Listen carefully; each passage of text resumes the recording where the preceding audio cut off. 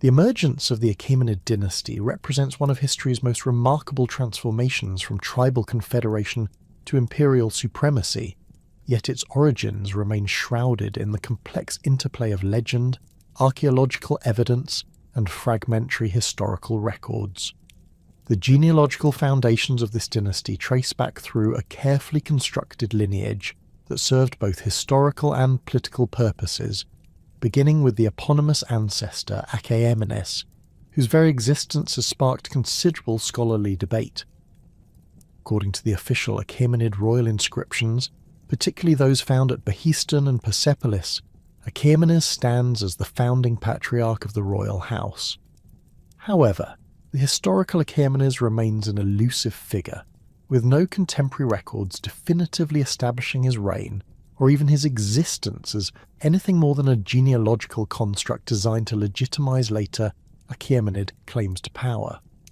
The name itself, derived from Old Persian haxamenes, meaning having a friend's mind or characterized by a friend's mind, suggests the importance of loyalty and alliance building that would become hallmarks of Achaemenid political strategy. The genealogical sequence presented in royal inscriptions moves from Achaemenes to his son Thyspes, a figure who begins to emerge from the shadows of pure legend into the realm of historical probability. Thyspes, whose name derives from Old Persian Cispis, appears to have ruled during the late 7th century BC, a period when the Persian tribes were consolidating their hold over the region of Anshan in what is now Fars province. Unlike his legendary predecessor, Thyspes may have been a historical ruler who established the first concrete foundations of Persian political organization in the region. Archaeological evidence from sites such as Tahle Takht and the broader Persepolis plain suggests that during Thyspes' supposed reign, the Persians were transitioning from a purely nomadic lifestyle to a more settled existence, incorporating both pastoral and agricultural elements into their economy. This transition proved crucial for the accumulation of resources and population necessary for later imperial expansion. The material culture from this period shows a distinctive blend of indigenous Iranian traditions, with influences from the more sophisticated Elamite civilization that had dominated the region for millennia. From Thyspes, the genealogy continues to Cyrus I, known in Old Persian inscriptions as Kurus, who represents the first Achaemenid ruler for whom we possess reasonably reliable historical evidence. Cyrus thus ruled approximately from 600 to 580 BC, during a period when the Persian tribes were still vassals of the mighty Median Empire. His reign marked a critical phase in the consolidation of Persian tribal unity and the gradual accumulation of power that would eventually enable his descendants to challenge Median supremacy.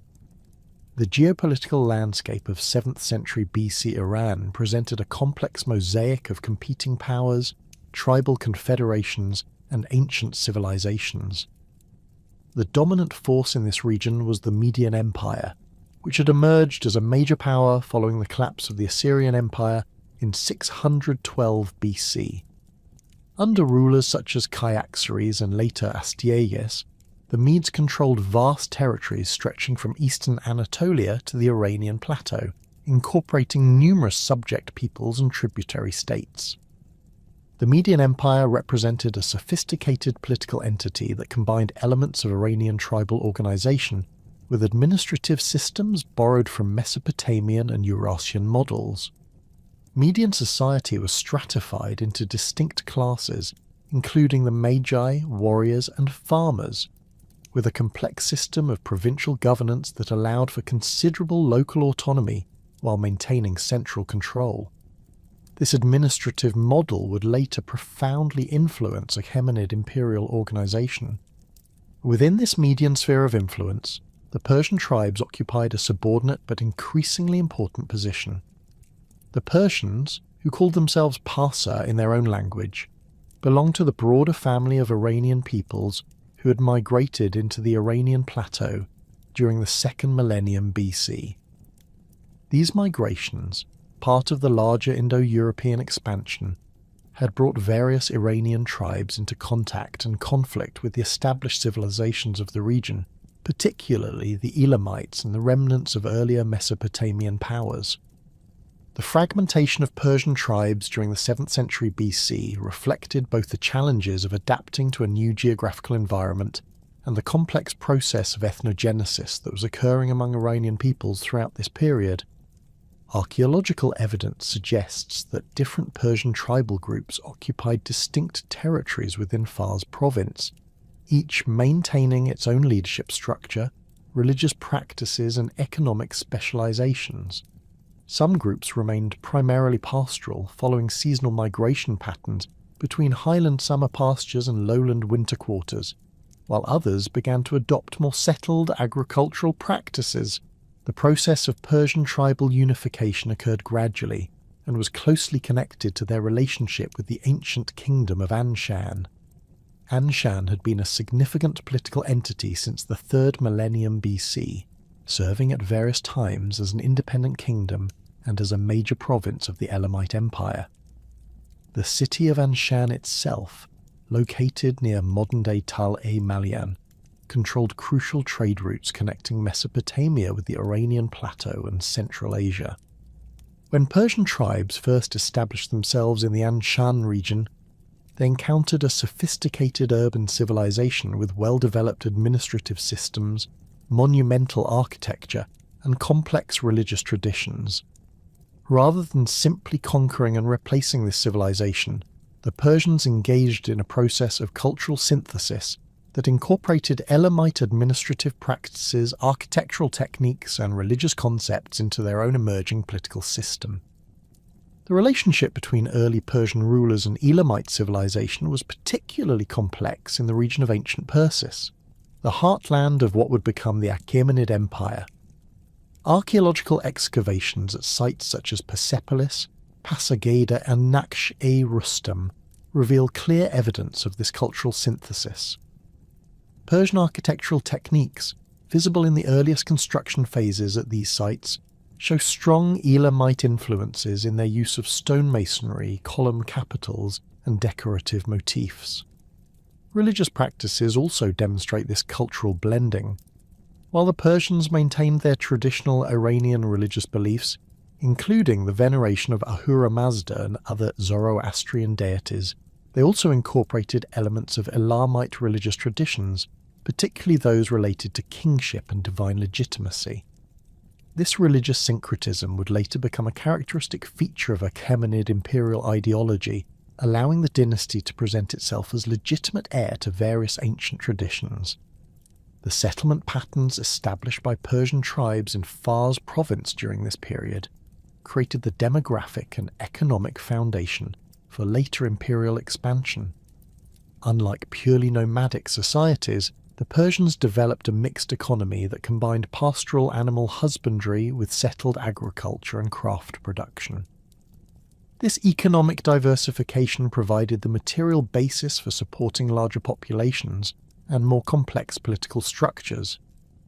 Archaeological surveys in Fars province have identified numerous small settlements dating to the 7th and early 6th centuries BC, many of which show evidence of planned layout and specialized craft production. These settlements were typically located near reliable water sources and were connected by a network of roads and paths that facilitated trade and communication between different tribal groups. The gradual development of this settlement network created the infrastructure necessary for effective political control and military mobilization. The vassalage of Anshan under Median rule during this period represented both an opportunity and a constraint for emerging Persian power. As vassals of the Median Empire, Persian rulers were required to provide tribute and military service to their Median overlords, but they also gained access to broader trade networks, diplomatic contacts, and military technologies. This relationship allowed Persian leaders to observe and learn from Median administrative practices while gradually building their own power base. The tribute system imposed by the Medes required Persian vassals to provide regular payments of precious metals, livestock, and manufactured goods, as well as military contingents for Median campaigns.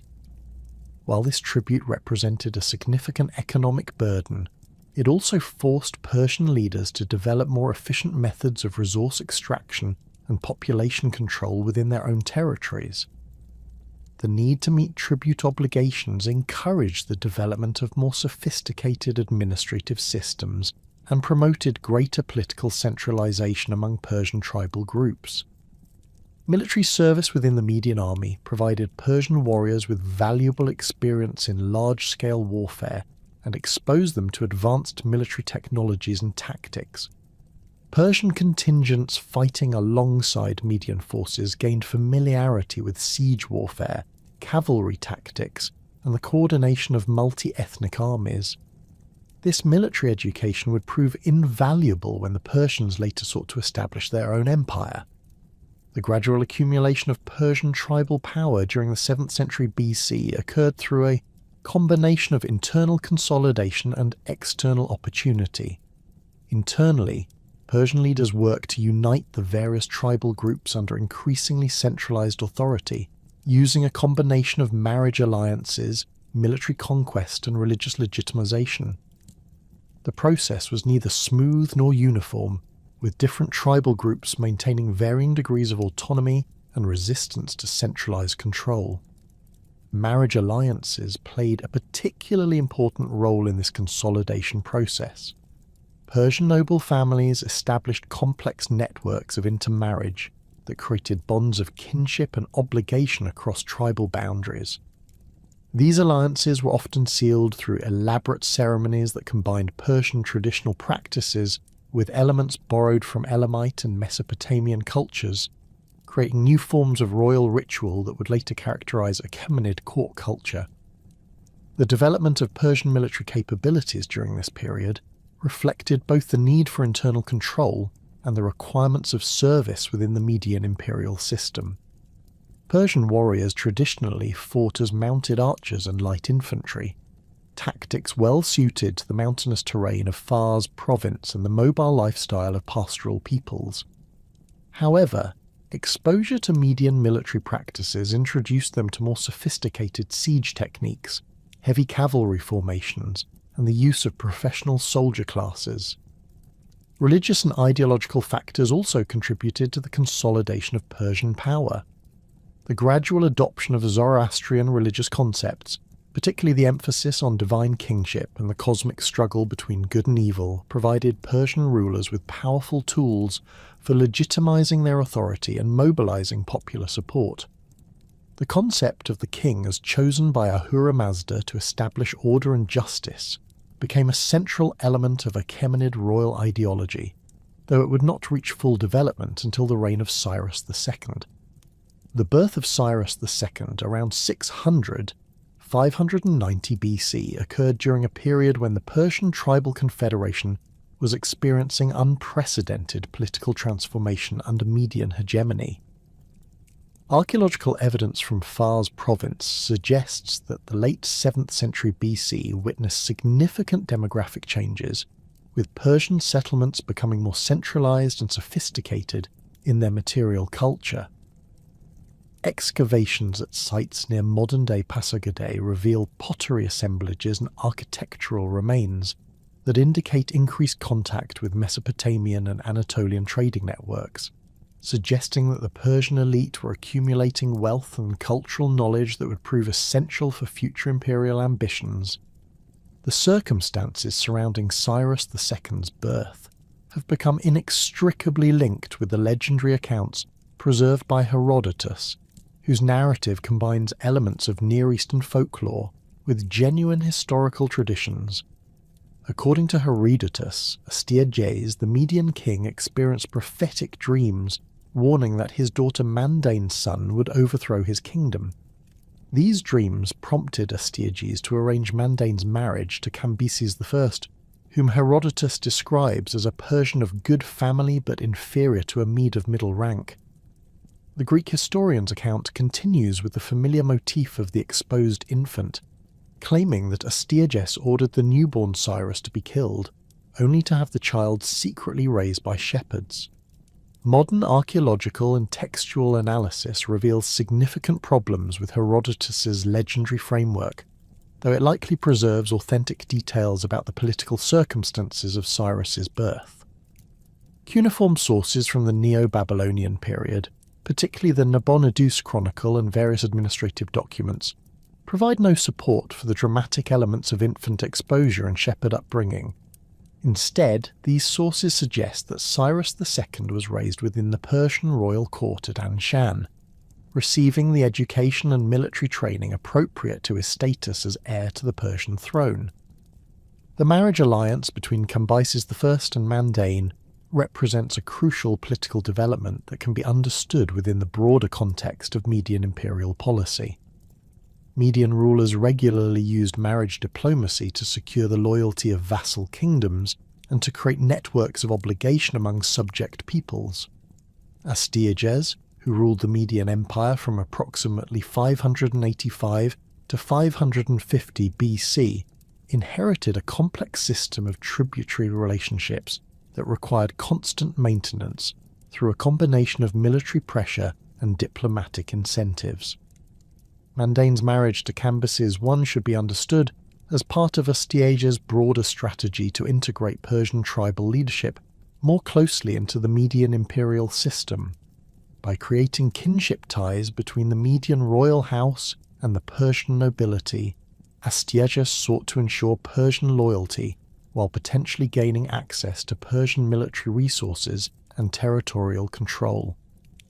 The marriage also served Persian interests by elevating their status within the Median hierarchy and providing opportunities for their nobility to participate in imperial administration and military campaigns. Contemporary Mesopotamian sources indicate that such marriage alliances were typically accompanied by elaborate gift exchanges and ceremonial obligations that reinforced the hierarchical relationship between overlord and vassal.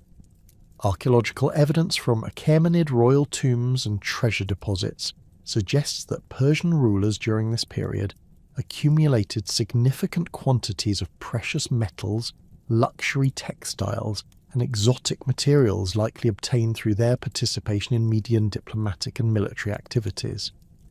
The education of Cyrus II within this context of Persian-Median political integration exposed him to a remarkable range of cultural and intellectual influences that would profoundly shape his later imperial policies.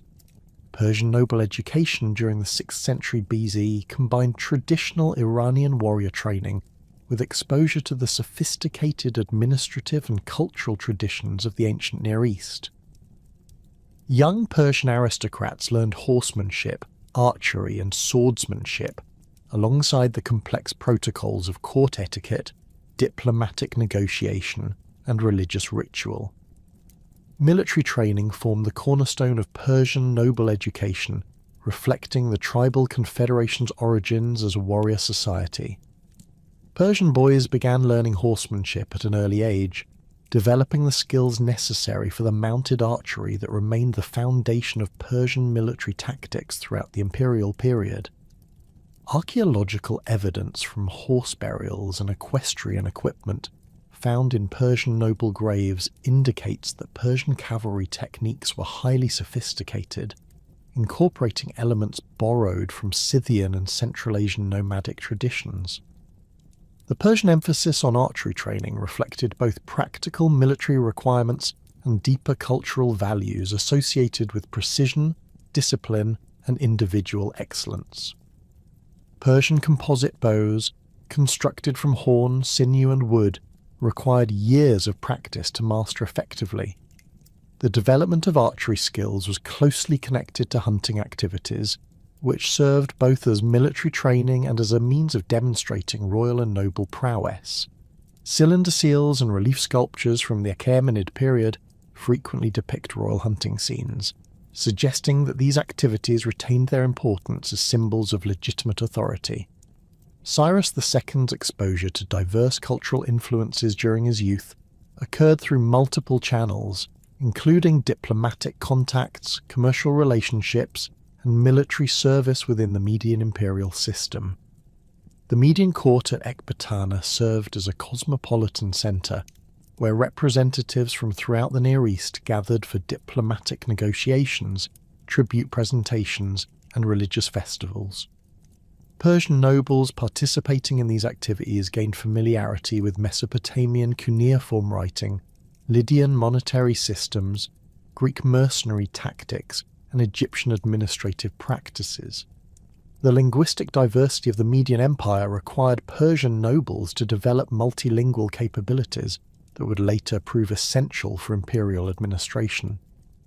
Cuneiform tablets from Persepolis demonstrate that Achaemenid administrators were fluent in Old Persian, Elamite, and Babylonian, while Greek sources indicate that many Persian nobles could communicate in Greek and Aramaic.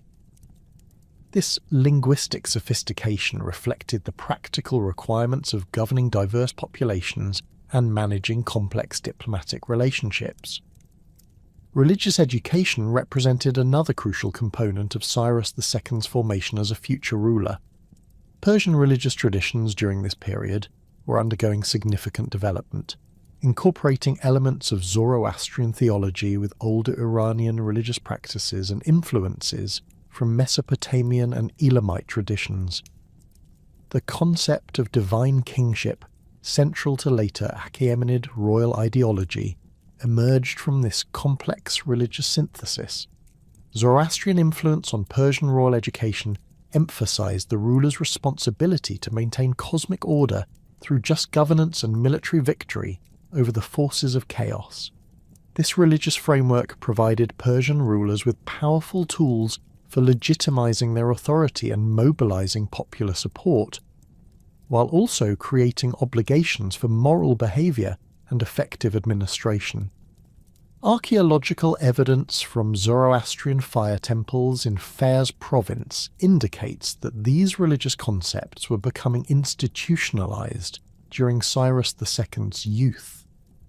The succession of Cyrus II to the throne of Anshan around 559 BC occurred during a period of increasing tension between Persian aspirations and Median imperial control.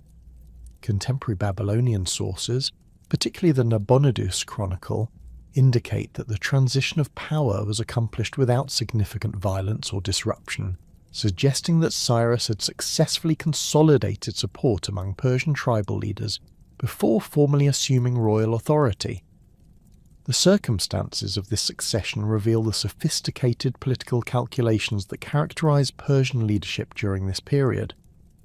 Rather than simply inheriting power through primogeniture, Cyrus II appears to have actively cultivated support among various Persian tribal groups through a combination of military leadership, diplomatic skill, and religious legitimacy. Neo-Babylonian administrative documents from this period reference Persian military activities that suggest Cyrus was already functioning as a de facto military commander before his formal accession. The consolidation of Persian tribal support required Cyrus to navigate complex relationships among groups that maintained distinct identities, territorial claims, and leadership structures. Archaeological surveys in Fars province have identified numerous fortified settlements dating to the mid-6th century BC, many of which show evidence of deliberate abandonment and reconstruction during this period. This pattern suggests that Cyrus's consolidation of power involved significant population movements and territorial reorganization. The process of tribal unification also required careful attention to religious and ceremonial obligations that reinforced Persian cultural identity while accommodating regional variations in practice and belief. Achaemenid royal inscriptions emphasize the king's role as a protector of Persian traditions and customs, suggesting that Cyrus presented his consolidation efforts as a restoration of authentic Persian values rather than an innovation or departure from established practice. Military reorganization formed a crucial component of Cyrus's early consolidation efforts. The traditional Persian military system, based on tribal levies and seasonal campaigns, proved inadequate for the sustained military operations that would be necessary for challenging Median supremacy. Cyrus began developing more professional military units, incorporating Persian tribal warriors with mercenaries and specialists recruited from throughout the region. The development of Persian siege capabilities during this period reflects Cyrus's recognition that future military operations would require the ability to capture fortified cities rather than simply defeating enemy armies in open battle. Archaeological evidence from Persian military sites indicates that Persian engineers were experimenting with siege engines, tunnel warfare, and coordinated assault techniques that combined traditional Persian mobility with more sophisticated tactical approaches. The economic foundations of Cyrus's early consolidation efforts drew upon the accumulated wealth of Persian participation in Median imperial activities, supplemented by increased exploitation of mineral resources and agricultural production within Persian-controlled territories. Silver mines in the Zagros Mountains provided crucial resources for military recruitment and diplomatic activities, while the expansion of irrigation systems in Fars province supported larger populations and more intensive agricultural production. Persian control over trade routes connecting Mesopotamia with Central Asia also provided significant economic advantages during this period. Archaeological evidence from trading posts and caravanserai indicates that Persian leaders were actively promoting commercial activities and collecting taxes from merchants travelling through their territories. This commercial revenue supplemented traditional sources of wealth based on pastoral activities and tribute collection. The diplomatic dimensions of Cyrus's consolidation efforts extended beyond Persian tribal politics to include careful management of relationships with neighbouring powers and potential allies. Babylonian sources suggest that Cyrus was already engaging in diplomatic communications with various Mesopotamian city-states and regional powers, exploring possibilities for future cooperation or alliance against Median hegemony.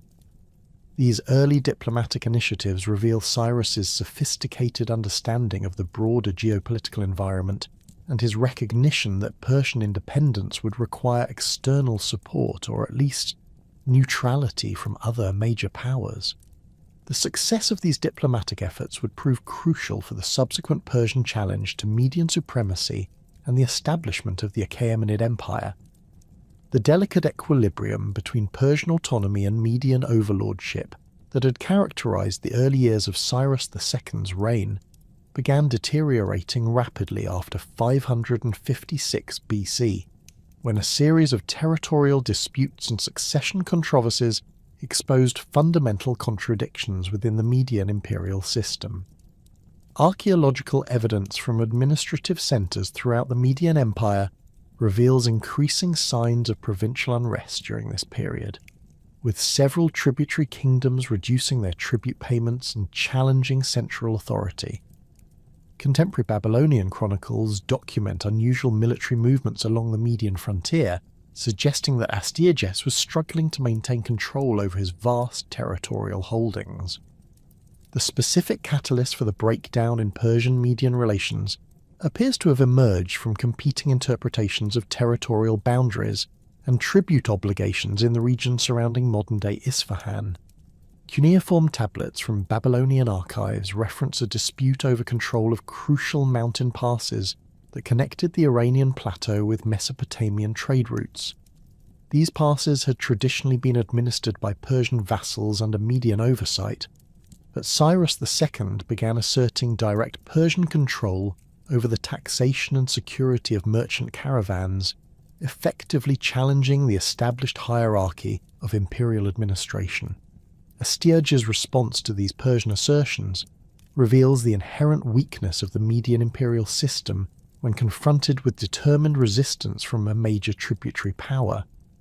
Rather than negotiating a compromise that might have preserved Median supremacy while accommodating Persian ambitions, the Median king chose to escalate the confrontation by demanding the physical presence of Cyrus at the Median court in Ecbatana. This demand, couched in the traditional language of vassal obligations, was clearly intended to humiliate the Persian ruler and demonstrate continued Median dominance. The rejection of Astyages' summons by Cyrus II marked a decisive turning point that transformed a localized territorial dispute into an existential challenge to Median imperial authority. Contemporary sources suggest that Cyrus's refusal was carefully calculated and preceded by extensive diplomatic preparations designed to isolate the Median king from potential allies. Persian envoys had been active throughout the region, establishing contacts with disaffected Median nobles, Babylonian officials, and Lydian representatives who might benefit from a reduction in Median power. The deterioration of the grandfather-grandson relationship between Astyages and Cyrus carried profound symbolic significance that extended far beyond personal family dynamics. In the context of ancient Near Eastern political culture, kinship relationships between rulers served as fundamental organizing principles for diplomatic and military alliances. The breakdown of this relationship signaled to other regional powers that the established order was becoming unstable and that new opportunities for territorial and political advancement might be emerging. Persian military preparations during 554 BC demonstrate Cyrus's systematic approach to the coming confrontation with Median forces. Archaeological excavations at sites throughout Fars province reveal evidence of intensive weapons production, including the manufacture of iron spearheads, bronze arrowheads, and leather armour components. Persian metalworkers were producing standardised equipment that suggests the formation of more professional military units rather than the traditional tribal levies that had characterised earlier Persian warfare. The recruitment of Persian military forces required careful attention to tribal sensitivities and traditional leadership structures that could not be simply overridden by royal decree. Cyrus employed a combination of personal charisma, material incentives, and religious legitimization to mobilize Persian warriors for what would inevitably be a prolonged and dangerous military campaign. Persian tribal leaders were promised enhanced status within the emerging Persian state, along with opportunities for territorial expansion and wealth accumulation that would far exceed the limited benefits available under continued Median vassalage. The development of Persian cavalry capabilities during this preparatory period reflects Cyrus's understanding that success against Median forces would require tactical innovations that exploited Persian strengths while compensating for their numerical disadvantages. Persian horsemen had traditionally functioned as mounted archers, but military reforms introduced during 553 BC created specialized heavy cavalry units equipped with lances and protective armor. These tactical innovations drew upon military techniques observed during Persian service within Median armies, but adapted them to Persian cultural preferences and available resources. The alliance-building efforts undertaken by Cyrus during this period extended beyond Persian tribal politics to encompass a sophisticated diplomatic campaign designed to undermine Median imperial cohesion. Persian agents established contact with Median provincial governors who had become alienated by Astyages' increasingly autocratic rule and his tendency to favour court favourites over experienced administrators. These disaffected officials provided crucial intelligence about Median military capabilities, logistical systems, and internal political divisions. Among the most significant of these Median defectors was Harpagus, a high-ranking Median noble who commanded considerable military resources and possessed intimate knowledge of Median strategic planning. Contemporary sources suggest that Harpagus's decision to support Persian independence was motivated by personal grievances against Astyages, but his defection also reflected broader dissatisfaction among Median nobles with the king's erratic leadership and his failure to address growing economic and administrative problems within the empire. The recruitment of Median noble support required Persian diplomats to navigate complex networks of kinship, obligation and rivalry that characterized Median court politics. Persian success in this endeavor demonstrates Cyrus's sophisticated understanding of Median internal dynamics and his ability to exploit existing tensions for Persian advantage. The defection of key Median commanders would prove decisive in the subsequent military campaigns, as it deprived Astyages of experienced leadership while providing Persian forces with crucial tactical and strategic intelligence. The mobilization of Persian military forces during 553 BC created logistical challenges that required innovations in supply systems, transportation networks, and communication methods. Persian armies had traditionally operated as relatively small, highly mobile forces that could live off the land during brief, seasonal campaigns. The confrontation with Median power would require sustained military operations involving larger forces operating at greater distances from their home territories. Persian solutions to these logistical challenges drew upon administrative techniques learned through participation in Median imperial activities, but adapted them to Persian cultural preferences and available resources. Persian supply systems emphasized the use of pack animals rather than wheeled transport, reflecting the mountainous terrain of their homeland and their traditional pastoral economy. Persian communication networks utilized mounted messengers and signal fires to maintain contact between dispersed military units and coordinate complex tactical maneuvers. The religious dimensions of Persian military preparations involved the systematic cultivation of divine support through elaborate ceremonies and ritual activities designed to demonstrate Cyrus's legitimacy as a divinely chosen ruler. Zoroastrian priests proclaimed that Ahura Mazda had selected Cyrus to restore justice and order to the Iranian peoples, while traditional Persian religious practices were employed to secure the favour of tribal deities and ancestral spirits. These religious activities served both to motivate Persian warriors and to legitimize the rebellion against established Median authority. The initial military confrontations between Persian and Median forces during 553 BC occurred in the mountainous regions of central Iran, where Persian tactical advantages in mobility and local knowledge could be most effectively exploited. Persian forces avoided direct confrontation with the main Median army, instead conducting a campaign of harassment and attrition designed to disrupt Median supply lines and demoralize enemy troops. These tactics reflected both Persian military traditions and Cyrus's recognition that decisive victory would require the gradual erosion of Median military capabilities rather than a single climactic battle. The siege warfare techniques employed by Persian forces during this campaign demonstrates significant tactical innovations that would later characterize Achaemenid military operations throughout their empire. Persian engineers developed portable siege equipment that could be rapidly assembled and deployed against fortified positions, while Persian miners employed tunneling techniques to undermine enemy fortifications. These innovations drew upon expertise acquired through Persian participation in Median military campaigns, but reflected specifically Persian approaches to tactical problems. The psychological warfare aspects of the Persian campaign involved systematic efforts to undermine Median morale through propaganda activities, the public execution of captured Median officials, and the deliberate destruction of symbols associated with Median imperial authority. Persian forces targeted Median administrative centres, religious sites, and royal residences, seeking to demonstrate that Median power was collapsing and that resistance was futile. These activities were carefully calculated to encourage further defections while deterring potential Median allies from providing military assistance.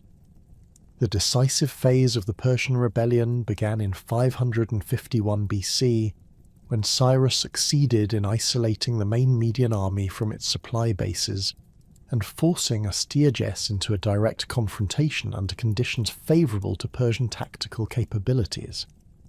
The location of this climactic engagement, traditionally identified with the plains near Pasargadae, provided Persian forces with familiar terrain while limiting the effectiveness of Median numerical superiority and heavy cavalry formations.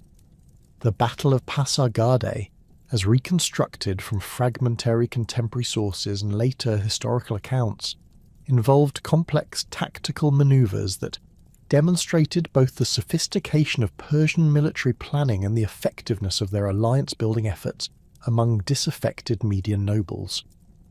Persian forces employed a combination of mounted archery, infantry assaults, and coordinated flanking movements to disrupt Median formations and create opportunities for decisive tactical strikes. The defection of key Median commanders during the height of the battle proved decisive in determining the outcome of the engagement. Harpagus and other Median nobles who had secretly allied with Cyrus chose the crucial moment to withdraw their forces from the Median battle line, creating gaps that Persian cavalry exploited with devastating effectiveness. This coordinated betrayal reflected months of careful planning and demonstrated the extent to which Persian diplomatic efforts had succeeded in undermining Median military cohesion. The capture of Astyages during the aftermath of the Battle of Pasargadae eliminated the primary source of Median resistance and opened the path for Persian forces to advance on the Median capital at Ecbatana.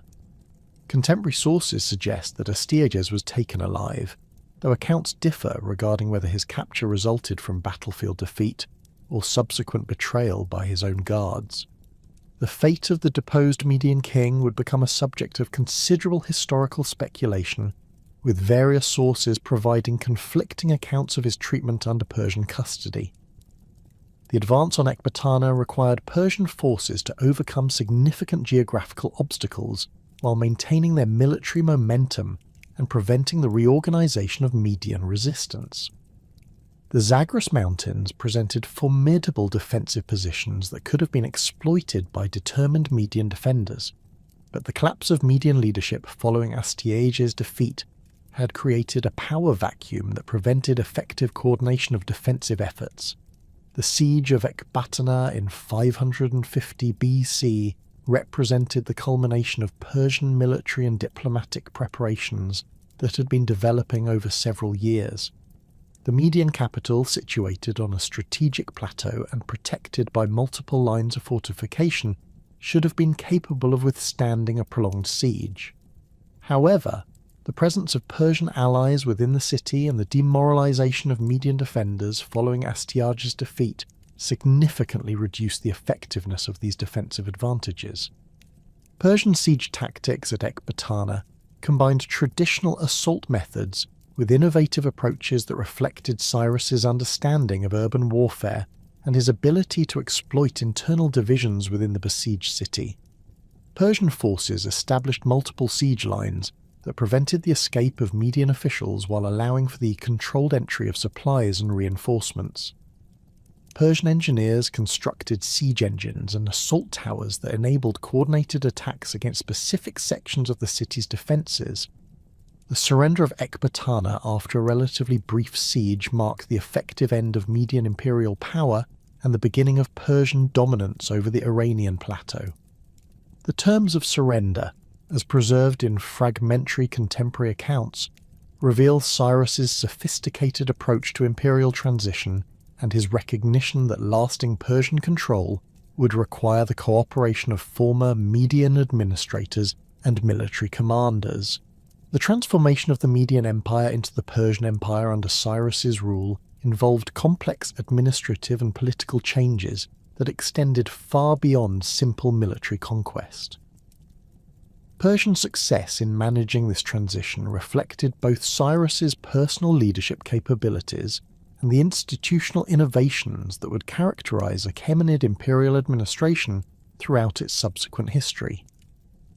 The integration of Median administrative systems with Persian political traditions created a hybrid governmental structure that proved remarkably effective in managing diverse populations across vast territorial expanses. The consolidation of Persian control over the former Median Empire created immediate strategic challenges along the western frontiers of Cyrus's expanding domain, where the wealthy kingdom of Lydia under Croesus had established itself as the dominant power in western Anatolia. The geopolitical landscape of this region during the mid-6th century BC presented a complex mosaic of competing interests, with Lydian territorial ambitions increasingly colliding with Persian expansion, while Greek city-states along the Aegean coast maneuvered to preserve their independence through shifting alliances and tribute arrangements. Lydian expansion under Croesus, who had ruled since approximately 560 BC, represented the culmination of nearly 2 centuries of territorial growth that had transformed Lydia from a modest Anatolian kingdom into a major regional power controlling crucial trade routes between Europe and Asia. The Lydian capital at Sardis had become one of the wealthiest cities in the ancient world, its prosperity built upon control of the Pactolus River's gold deposits and the kingdom's strategic position along the royal road connecting Mesopotamia with the Aegean coast. Lydian merchants had pioneered the use of coined money, a revolutionary innovation that facilitated long-distance commerce and provided the economic foundation for Croesus's military and diplomatic activities. The territorial extent of Lydian power under Croesus encompassed most of western and central Anatolia, with tributary relationships extending to numerous Greek city-states along the Ionian coast. Lydian administrative systems had evolved to accommodate the cultural diversity of their subject populations, incorporating Greek, Phrygian, and indigenous Anatolian elements into a relatively flexible imperial structure. Archaeological evidence from Lydian provincial centres reveals sophisticated urban planning, advanced metallurgical techniques, and extensive trade networks that connected Anatolian resources with markets throughout the Mediterranean world. Greek city-state politics during this period were characterized by intense rivalries and shifting alliances that reflected both internal social tensions and external pressures from expanding regional powers. The major Ionian cities of Miletus, Ephesus, and Smyrna had developed distinct political systems ranging from democratic assemblies to aristocratic oligarchies, but all faced common challenges in balancing their desire for independence with the practical necessities of accommodation to more powerful neighbours. The Persian conquest of the Median Empire had fundamentally altered the strategic environment, creating new opportunities and threats that required careful diplomatic calculations. The relationship between Lydian authority and Greek city-state autonomy had evolved through decades of negotiation, conflict, and accommodation that established precedents for tribute payment, military service, and cultural exchange. Croesus had generally pursued a policy of indirect control that allowed Greek cities to maintain their internal governance structures, while acknowledging Lydian supremacy in foreign affairs and military matters. This arrangement provided Lydian rulers with access to Greek military expertise, particularly in naval warfare and siege techniques, while offering Greek cities protection from external threats and access to Lydian commercial networks. The emergence of Persian power on Lydia's eastern frontier created unprecedented strategic pressures that forced Croesus to reconsider his kingdom's defensive capabilities and diplomatic alignments. Persian control over the former Median territories brought Cyrus's forces to within striking distance of Lydian border fortifications, while Persian diplomatic initiatives among Anatolian peoples threatened to undermine Lydian tributary relationships. Contemporary Babylonian sources indicate that Croesus began intensive military preparations during 548 BC, including the recruitment of Greek mercenaries and the construction of new fortifications along his kingdom's eastern approaches. The famous consultation of the Delphic oracle by Croesus represents one of history's most celebrated examples of prophetic ambiguity and its consequences for political decision-making. According to Greek historical accounts, particularly those of Herodotus, Croesus sought divine guidance regarding the advisability of launching a preemptive war against the expanding Persian Empire. The oracle's response, that Croesus would destroy a great empire if he crossed the Halys River, provided the Lydian king with the confidence he needed to proceed with military action against Persian forces. Modern scholarly analysis of this consultation reveals the complex religious and political factors that influence both the oracle's response and Croesus's interpretation of its meaning. The Delphic oracle served as a crucial information-gathering centre, where priests collected intelligence from throughout the Greek world and beyond, providing them with sophisticated knowledge of political and military developments. The The oracle's deliberately ambiguous phrasing reflected both the practical limitations of predicting military outcomes and the political necessity of maintaining relationships with multiple competing powers. Croesus's decision to interpret the oracle's response as divine endorsement for war against Persia demonstrates the psychological and cultural factors that influenced ancient strategic decision-making. Lydian royal ideology emphasized the king's special relationship with divine powers, particularly Apollo, whose favor was considered essential for military success. The accumulation of vast wealth in Lydian royal treasuries was understood not merely as economic power, but as evidence of divine blessing that guaranteed continued prosperity and military victory.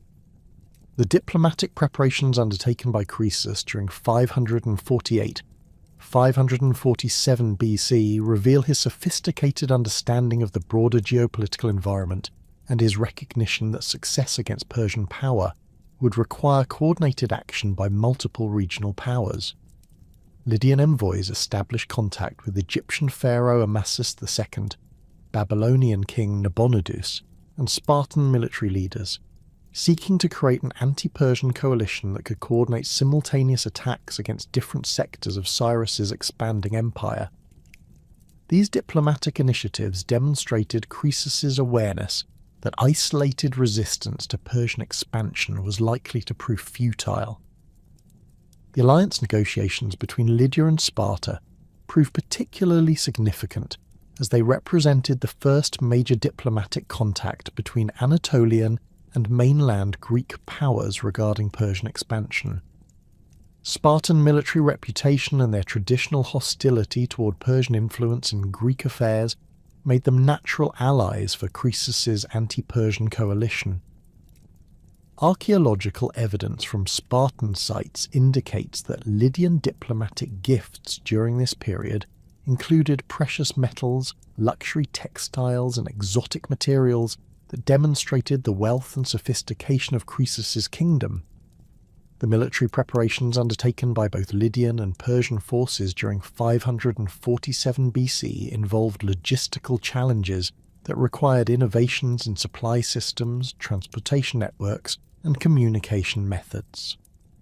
Lydian military organization drew upon diverse cultural traditions, combining indigenous Anatolian warrior practices with Greek hoplite tactics and cavalry techniques borrowed from Scythian and Thracian sources. Lydian armies typically included professional soldiers, tribal levies, and foreign mercenaries, creating complex command structures that required careful coordination and cultural sensitivity.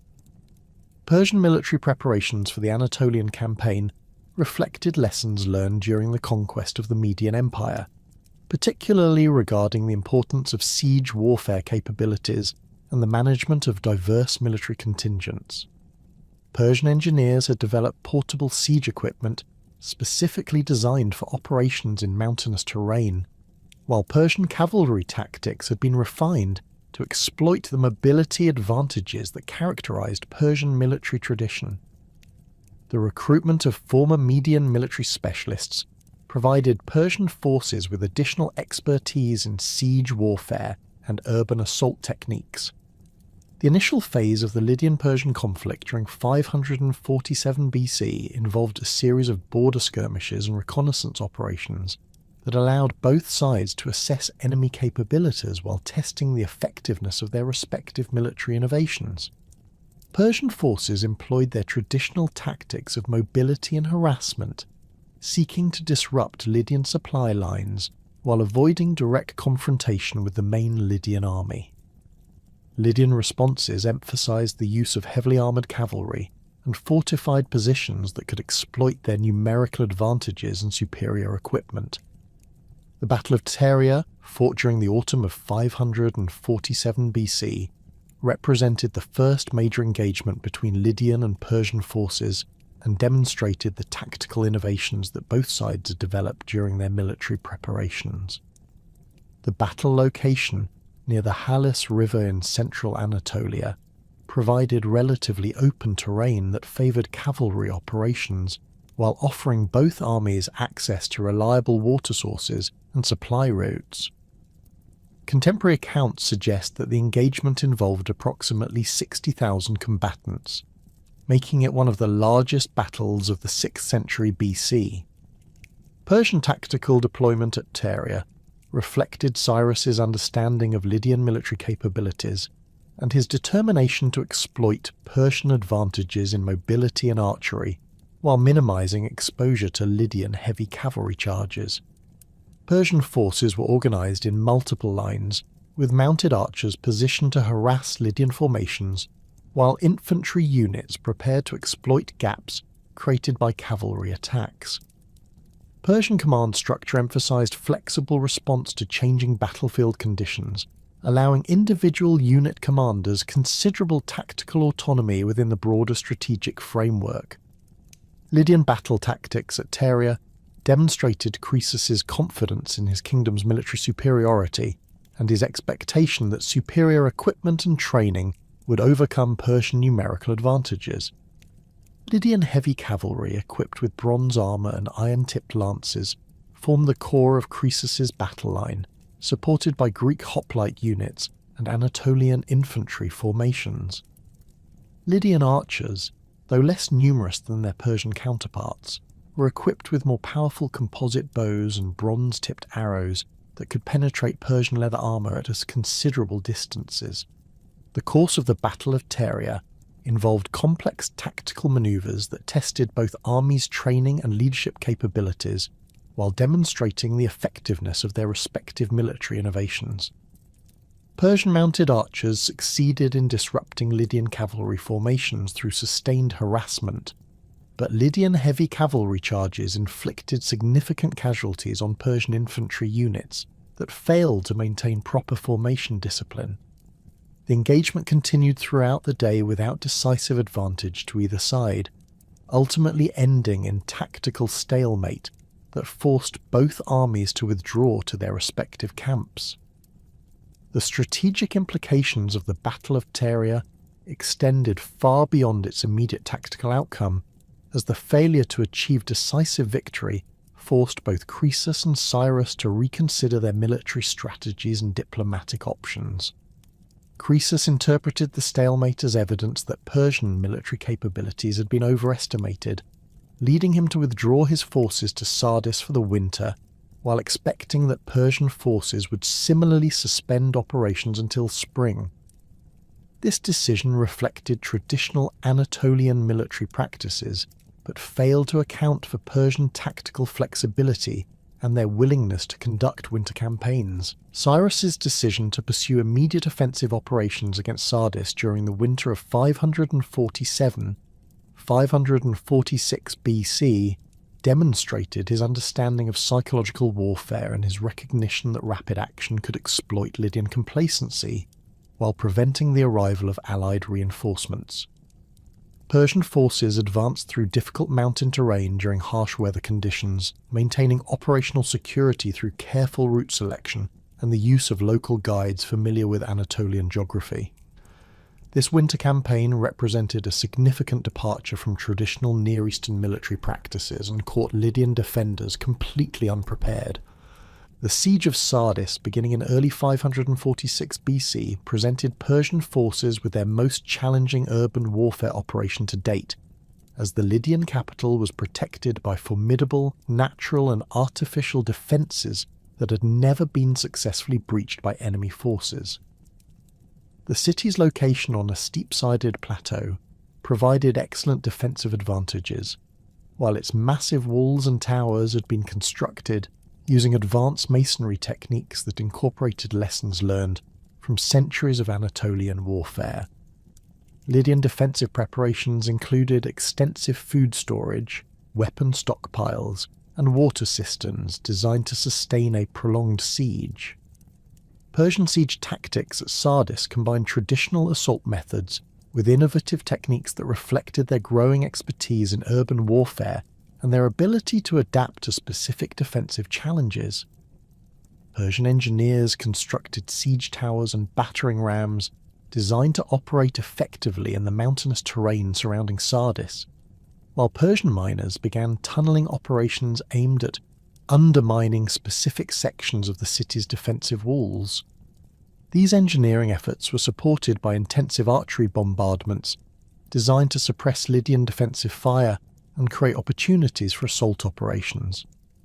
The most famous aspect of the siege involved the scaling of Sardis's supposedly impregnable Acropolis by a Persian soldier who observed a Lydian defender accidentally drop his helmet over the wall and then climb down to retrieve it, revealing a hidden path up the cliff face. This incident, preserved in multiple ancient sources, demonstrates both the importance of individual initiative in ancient warfare and the role of chance in determining the outcomes of major historical events. The successful infiltration of the Acropolis allowed Persian forces to open the city's gates from within, leading to the rapid collapse of Lydian resistance. The fall of Sardis in 546 BC marked the end of Lydian independence and the beginning of Persian control over western Anatolia, but Cyrus's policies toward the conquered kingdom demonstrated the sophisticated administrative approaches that would characterize Achaemenid imperial governance throughout its history. Rather than simply destroying Lydian institutions and replacing them with Persian alternatives, Cyrus chose to preserve many existing administrative structures while integrating them into the broader Persian imperial system. This approach reflected both practical considerations regarding the complexity of governing diverse populations and ideological commitments to religious tolerance and cultural accommodation. The treatment of Croesus following his capture became a subject of considerable historical interest, with various sources providing different accounts of his fate under Persian rule. Some accounts suggest that Cyrus spared Croesus's life and appointed him as an advisor on Anatolian affairs, while others indicate that the former Lydian king was executed as an example to other potential resistors. Archaeological evidence from Sardis suggests that Lydian royal institutions continued to function under Persian oversight, indicating that Persian policy emphasized administrative continuity rather than revolutionary change. The conquest of Lydian territories provided Persian forces with access to the wealthy Greek city-states of the Ionian coast, creating new challenges and opportunities for Persian imperial expansion. These cities possessed sophisticated naval capabilities, extensive commercial networks, and complex political systems that differed significantly from the territorial kingdoms that Persians had previously encountered. Persian policies toward Greek cities would need to balance respect for local autonomy with the practical requirements of imperial administration and military security. Cyrus's initial approach to Greek city-state relations emphasized negotiation and accommodation rather than immediate military conquest, reflecting his understanding that Greek naval power and commercial expertise could provide significant benefits to the expanding Persian Empire. Persian envoys offered Greek cities favorable terms for voluntary submission, including preservation of local government structures, reduced tribute obligations, and protection from external threats. These diplomatic initiatives demonstrated Persian recognition of Greek military capabilities and their desire to avoid costly siege operations against well-fortified coastal cities. The establishment of Persian presence in western Anatolia required the development of new administrative systems capable of managing the cultural and linguistic diversity that characterized this region. Persian governors appointed to oversee former Lydian territories needed to coordinate with existing local administrators, while implementing imperial policies regarding taxation, military recruitment, and religious practices. Archaeological evidence from Persian administrative centers in Anatolia reveals the complex bureaucratic structures that emerged to address these challenges, including the use of multiple languages for official documents and the employment of local specialists in various technical fields. The Persian consolidation of Anatolian territories under Cyrus's expanding empire created a strategic imperative for securing the eastern approaches to Mesopotamia, where the Neo-Babylonian Empire under Nabonidus had become increasingly unstable due to internal religious conflicts and administrative dysfunction. Contemporary cuneiform sources from Babylonian archives reveal mounting tensions between the king and the powerful priesthood of Marduk, the patron deity of Babylon, whose temple complex at Esagila had functioned as both a religious centre and a crucial component of the kingdom's administrative apparatus for over a millennium. Nabonidus, who had ascended to the Babylonian throne in 556 BC through a palace conspiracy rather than legitimate succession, represented a fundamental departure from traditional Babylonian royal practices that emphasized the king's role as servant of Marduk and protector of the god's temple. Archaeological evidence from Harran and other Syrian sites indicates that Nabonidus devoted extraordinary resources to the restoration of temples dedicated to the moon god Sin, whom he favoured over the traditional Babylonian pantheon.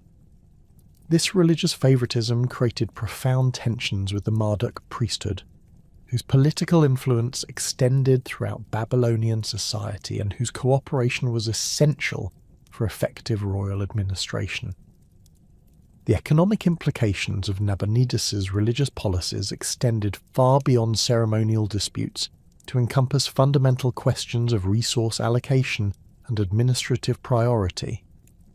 Babylonian temple complexes functioned as major economic institutions that controlled vast agricultural estates, managed long-distance trade operations, and provided banking services to merchants throughout Mesopotamia.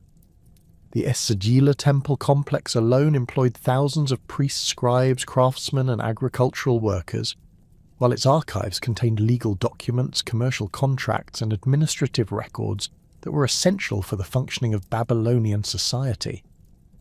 Nabonidus's decision to relocate his primary residence to the Arabian oasis of Taima around 552 BC represented an unprecedented abandonment of royal responsibilities that further alienated the Babylonian religious establishment and created opportunities for Persian diplomatic intervention.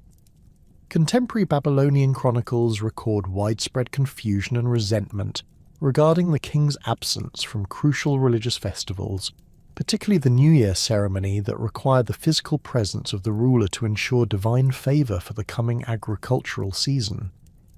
The administrative vacuum created by royal absence forced provincial governors and temple officials to assume responsibilities that traditionally belonged to the king, creating informal power structures that operated independently of central authority.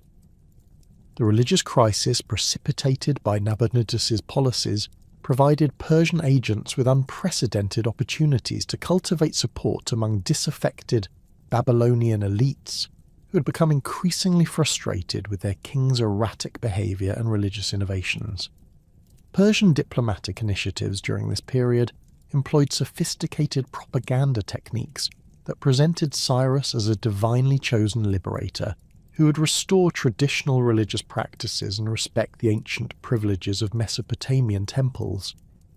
These propaganda campaigns drew upon well-established Near Eastern traditions regarding divine kingship and the cosmic responsibility of rulers to maintain proper relationships with the gods. Cyrus's diplomatic preparation for the Babylonian campaign involved extensive intelligence-gathering operations that provided detailed information about Babylonian military capabilities, administrative structures, and internal political divisions. Persian agents established contact with Babylonian provincial governors, temple officials, and military commanders who had become alienated by Nabonidus's policies and were receptive to alternative political arrangements. Contemporary cuneiform tablets from various Babylonian cities reference unusual diplomatic activities and the presence of foreign envoys whose identities and purposes were deliberately obscured in official records. The development of Persian propaganda themes during this period reveals sophisticated understanding of Mesopotamian political culture and religious sensibilities. Persian agents emphasized Cyrus's respect for traditional religious practices, his commitment to restoring proper temple maintenance, and his intention to govern in accordance with ancient Mesopotamian legal traditions. These propaganda messages were carefully tailored to address specific grievances held by different segments of Babylonian society, including merchants frustrated by economic disruption, priests angered by religious innovations, and provincial administrators concerned about administrative chaos. Archaeological evidence from sites throughout Mesopotamia indicates that Persian diplomatic activities during 539 BC involved substantial financial investments designed to cultivate support among key Babylonian political figures. Persian agents distributed gifts of precious metals, luxury textiles, and exotic materials to potential allies, while also providing financial support for temple restoration projects and commercial ventures that had been neglected during Nabonidus' absence. These economic incentives complemented political arguments and religious appeals to create a comprehensive strategy for undermining Babylonian resistance to Persian expansion. The military preparations undertaken by Persian forces for the Babylonian campaign reflected lessons learned during previous conquests, while adapting to the specific challenges presented by Mesopotamian geography and defensive systems. Babylonian cities were protected by massive mud brick fortifications that had been refined over centuries of warfare, while the region's extensive canal systems could be manipulated to flood approaches or deny water to besieging armies. Persian military planners needed to develop tactics capable of overcoming these defensive advantages while minimizing casualties and avoiding the destruction of valuable economic infrastructure. Persian siege capabilities had evolved significantly since the conquest of Sardis, incorporating engineering techniques learned from Lydian and Greek sources while developing new approaches specifically designed for Mesopotamian conditions. Persian engineers constructed specialized equipment for breaching mud brick fortifications, including battering rams with bronze-reinforced heads and siege towers designed to operate effectively on the flat terrain characteristic of Mesopotamian cities. Persian forces also developed improved techniques for managing water supplies during extended siege operations, including the construction of temporary dams and the diversion of irrigation channels. The logistical challenges associated with Persian military operations in Mesopotamia required innovations in supply systems and transportation networks that could support large armies operating at considerable distances from Persian homeland territories.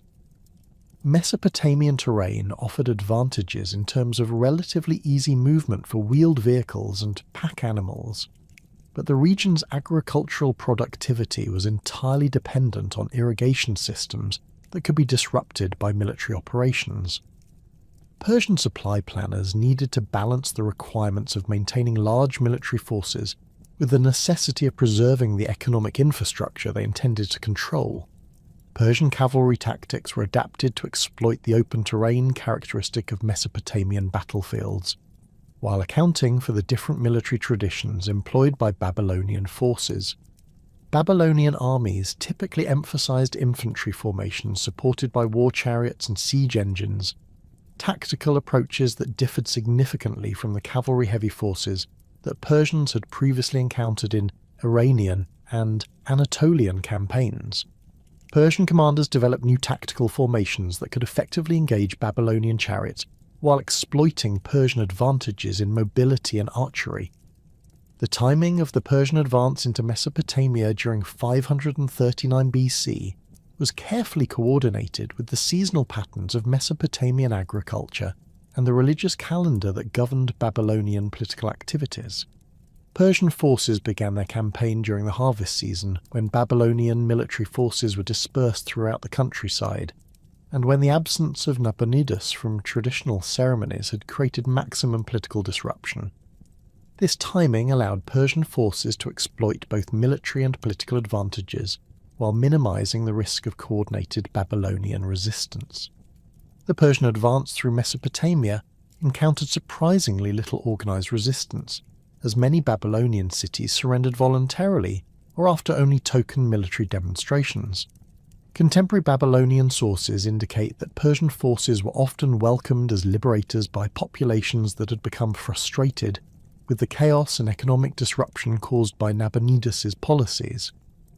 Persian commanders took advantage of this favourable reception to accelerate their advance while gathering intelligence about Babylonian defensive preparations and political attitudes in different regions. The approach to Babylon itself required careful coordination between military operations and diplomatic initiatives, designed to encourage surrender rather than prolonged resistance. Babylon's massive defensive walls and the city's strategic location along the Euphrates River created formidable obstacles that could have resulted in a costly siege lasting many months. Persian diplomatic agents within the city worked to convince key officials that resistance was futile while emphasizing Cyrus's commitment to preserving Babylonian institutions and respecting traditional privileges. The famous diversion of the Euphrates River that enabled Persian forces to enter Babylon through the riverbed represents one of the most remarkable engineering achievements in ancient military history.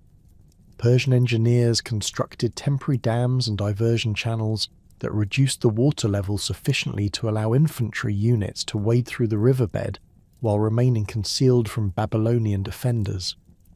This operation required precise timing and coordination between multiple engineering teams working at different points along the river system, demonstrating the sophisticated technical capabilities that Persian forces had developed. The entry of Persian forces into Babylon during October 539 BC occurred with minimal violence and disruption, reflecting both the effectiveness of Persian diplomatic preparation and the extent to which Babylonian resistance had been undermined by internal political divisions. Contemporary Babylonian sources describe the Persian occupation as orderly and respectful, with Persian soldiers maintaining discipline while Persian administrators worked to ensure continuity of essential services.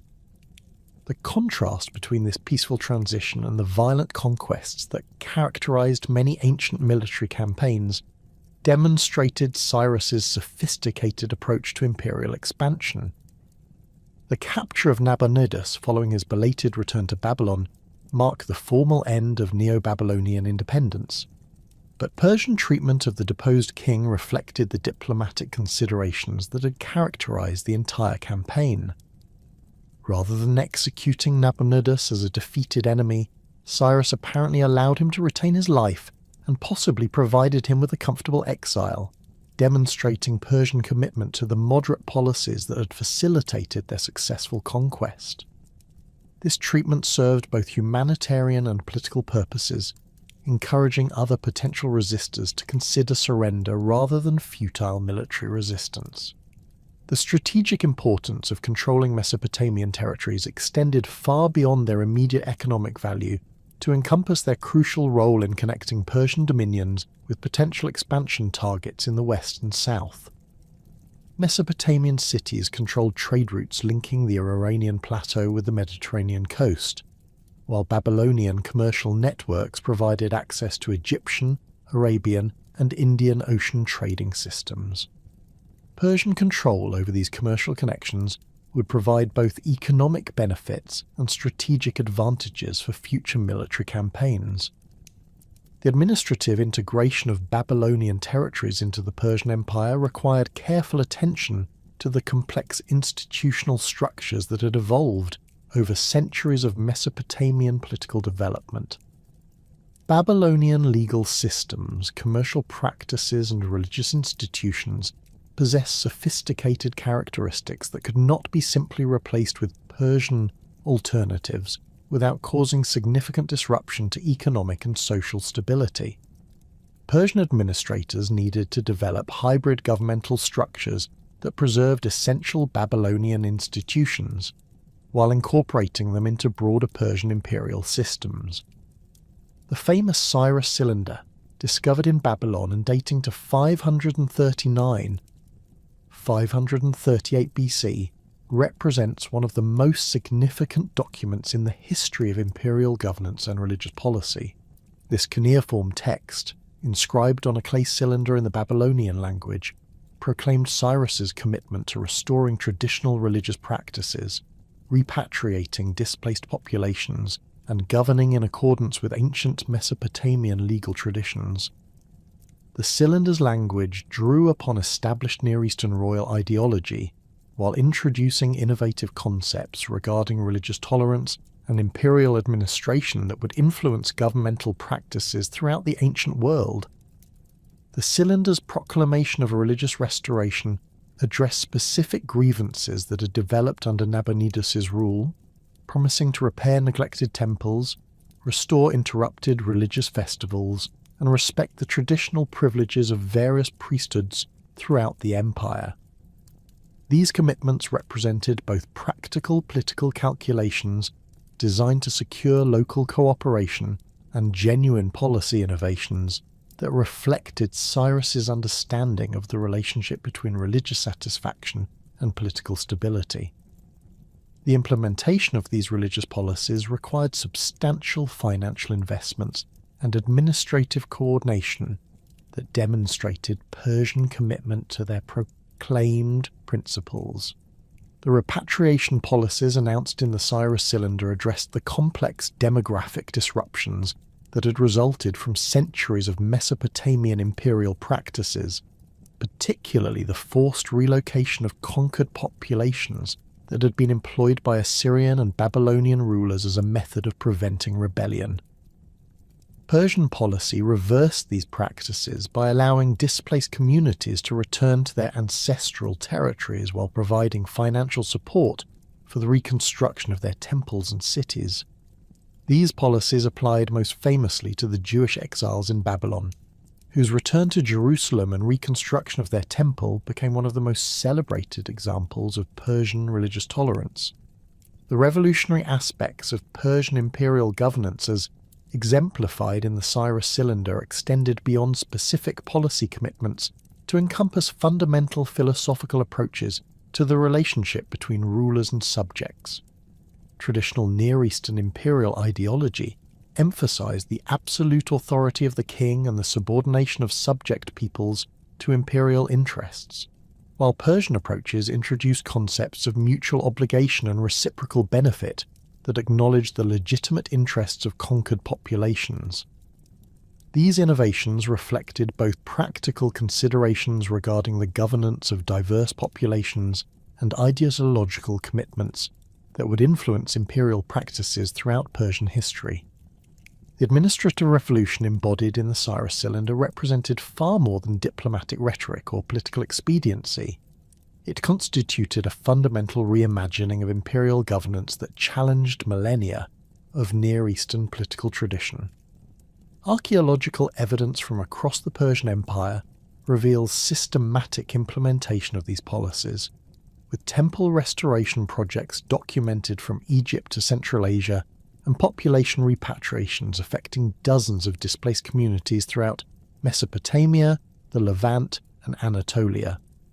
Contemporary administrative documents from Persepolis demonstrate that these policies required substantial bureaucratic coordination and financial resources, indicating genuine imperial commitment rather than mere propaganda gestures.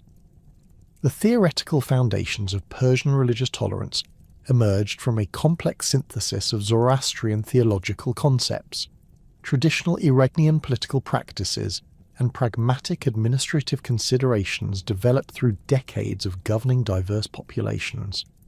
Zoroastrian doctrine emphasized the cosmic struggle between order and chaos, with legitimate rulers serving as agents of Ahura Mazda in establishing justice and protecting the innocent. This religious framework provided theological justification for policies that preserved local religious traditions while integrating them into a broader imperial structure that acknowledged divine authority operating through multiple cultural expressions. Persian administrative documents from Babylon, written in Elamite and preserved in the Persepolis archives, reveal the systematic nature of temple restoration efforts throughout Mesopotamia during the early years of Persian rule. These records detail expenditures for building materials, craftsmen's wages, and ceremonial objects required for the restoration of temples dedicated to Marduk, Nabu, Ishtar, and numerous other Mesopotamian deities. The scale of these investments, totaling thousands of talents of silver over several years, demonstrates that Persian commitment to religious restoration extended far beyond symbolic gestures to encompass substantial material support for traditional religious institutions. The restoration of the Asagila temple complex in Babylon required particularly extensive efforts, as Nabonidus's neglect had resulted in structural damage, the dispersal of religious personnel, and the interruption of crucial ceremonial activities that were essential for maintaining divine favour. Persian administrators worked closely with the surviving Marduk priesthood to identify necessary repairs, recruit skilled craftsmen, and re-establish the complex ceremonial calendar that governed Babylonian religious life.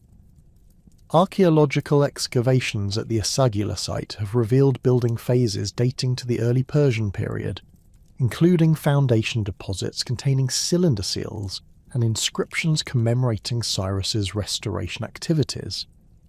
The financial mechanisms employed for temple restoration projects reveal sophisticated Persian understanding of Mesopotamian economic systems and their integration of local commercial practices with imperial administrative procedures.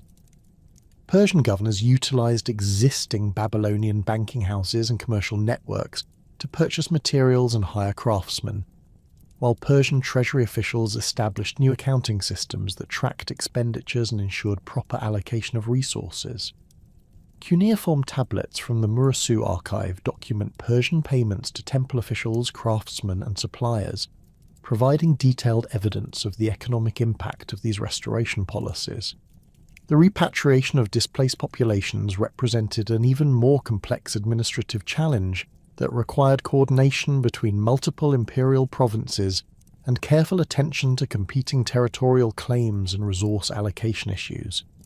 Centuries of Assyrian and Babylonian deportation policies had created a complex demographic landscape in which displaced communities had established new settlements while maintaining cultural connections to their ancestral territories.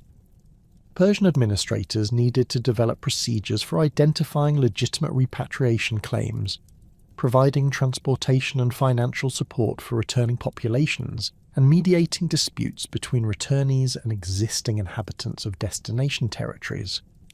The Jewish restoration to Jerusalem represents the most thoroughly documented example of Persian repatriation policies, preserved in both biblical sources and contemporary Persian administrative documents.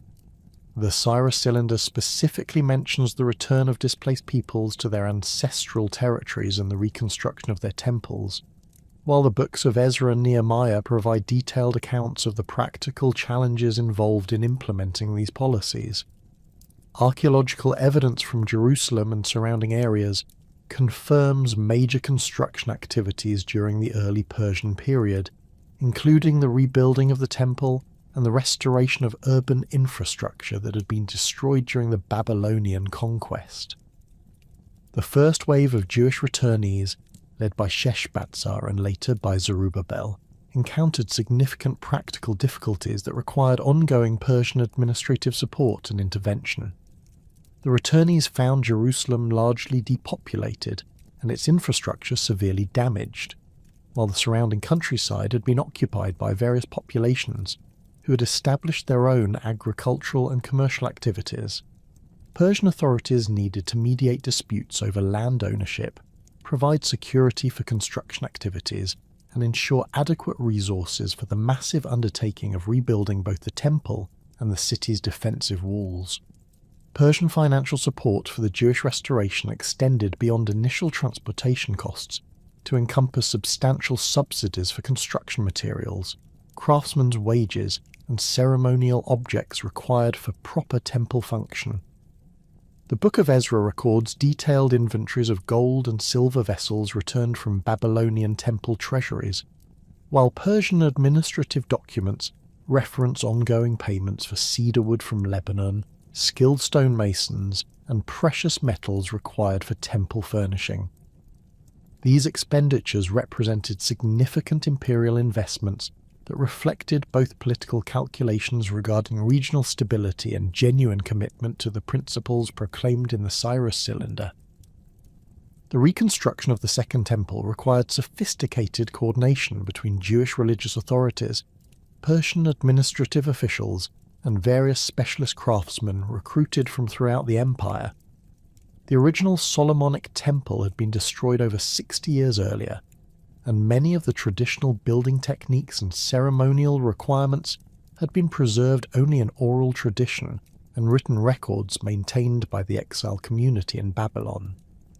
Persian administrators facilitated access to architectural expertise and building materials while respecting Jewish religious requirements regarding the temple's design and construction procedures. Archaeological investigations at the Temple Mount have revealed foundation stones and architectural fragments that appear to date the early Persian period, though the extensive later construction activities at the site make precise dating difficult.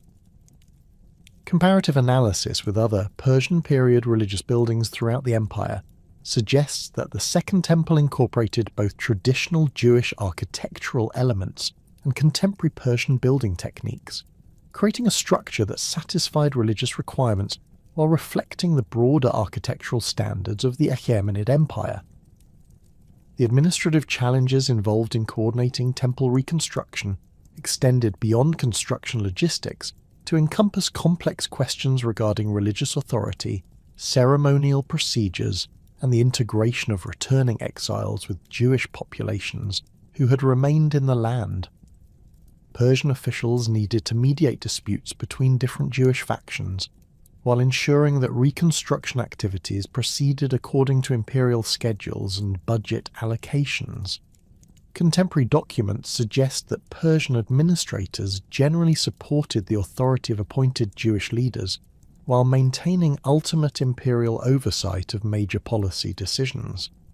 The broader implications of Persian repatriation policies extended far beyond the Jewish restoration to encompass similar programs affecting numerous other displaced populations throughout the empire. Elamite administrative documents reference the return of deportees to various Mesopotamian cities, while Egyptian sources describe Persian support for the restoration of temples and communities that had been disrupted by previous imperial conquests. Archaeological evidence from sites throughout the Persian Empire reveals construction activities and demographic changes consistent with systematic population repatriation during the early Achaemenid period. The restoration of Elamite communities in southwestern Iran provides another well-documented example of Persian repatriation policies and their practical implementation. Elamite populations had been subjected to massive deportations during the Assyrian conquests of the 7th century BC, with many communities relocated to distant regions of the Assyrian Empire. Persian administrators identified surviving Elamite communities and provided support for their return to ancestral territories in Fars and Khuzestan provinces, where they played important roles in Persian imperial administration due to their linguistic skills and cultural knowledge. The economic motivations underlying Persian religious and repatriation policies reflected sophisticated understanding of the relationship between cultural satisfaction and political stability in governing diverse imperial populations. Displaced and oppressed religious communities represented potential sources of rebellion and instability that could be exploited by Persian enemies, while satisfied and prosperous communities provided valuable economic resources and military manpower for imperial expansion. Persian investment in temple restoration and population repatriation generated long-term political dividends that far exceeded their immediate financial costs. The commercial benefits of religious tolerance policies became particularly evident in major trading centres, where Persian authorities needed to maintain the cooperation of merchant communities with diverse cultural backgrounds and religious practices. Babylonian commercial documents from the Persian period reveal increased trading activity and expanded commercial networks that reflected the stability and prosperity generated by Persian religious policies. Merchants from various cultural backgrounds established permanent operations in Persian cities, contributing to economic growth while providing valuable intelligence and diplomatic contacts for imperial administration.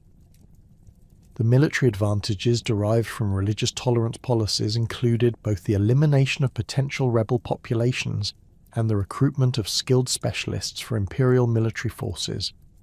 Jewish communities provided valuable expertise in siege warfare and fortification construction, while Mesopotamian temple complexes contributed trained scribes and administrators essential for imperial bureaucracy.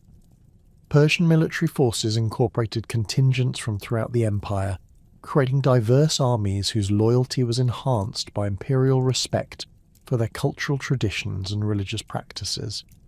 The diplomatic implications of Persian religious policies extended beyond imperial borders to influence relationships with independent kingdoms and city-states that observed Persian treatment of religious minorities within the empire. Greek city-states, Egyptian communities, and Arabian tribes all monitored Persian religious policies as indicators of likely treatment under Persian rule, with Persian tolerance serving as a powerful diplomatic tool for encouraging voluntary submission rather than costly military conquest.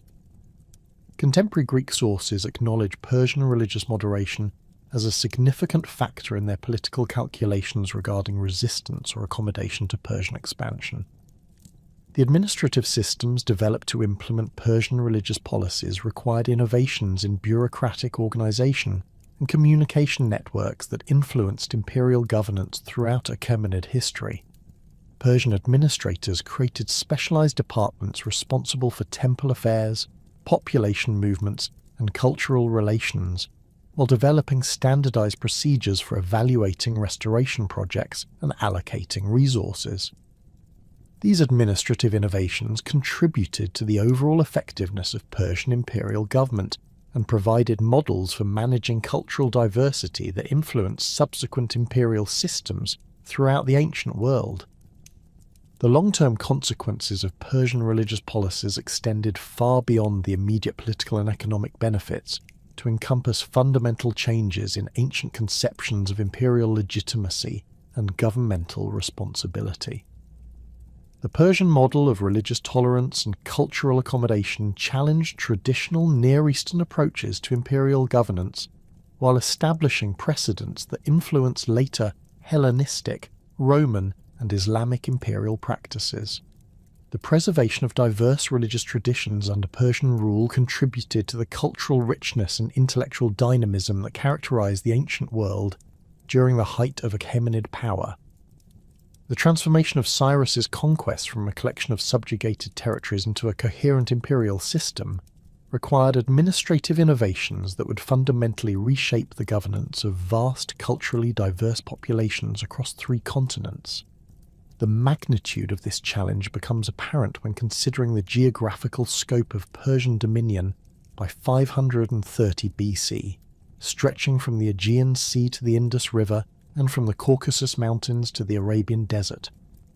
Managing such territorial expanse demanded administrative solutions that could accommodate local traditions while maintaining imperial unity, extract resources efficiently without provoking rebellion, and coordinate military forces drawn from dozens of distinct ethnic and cultural groups.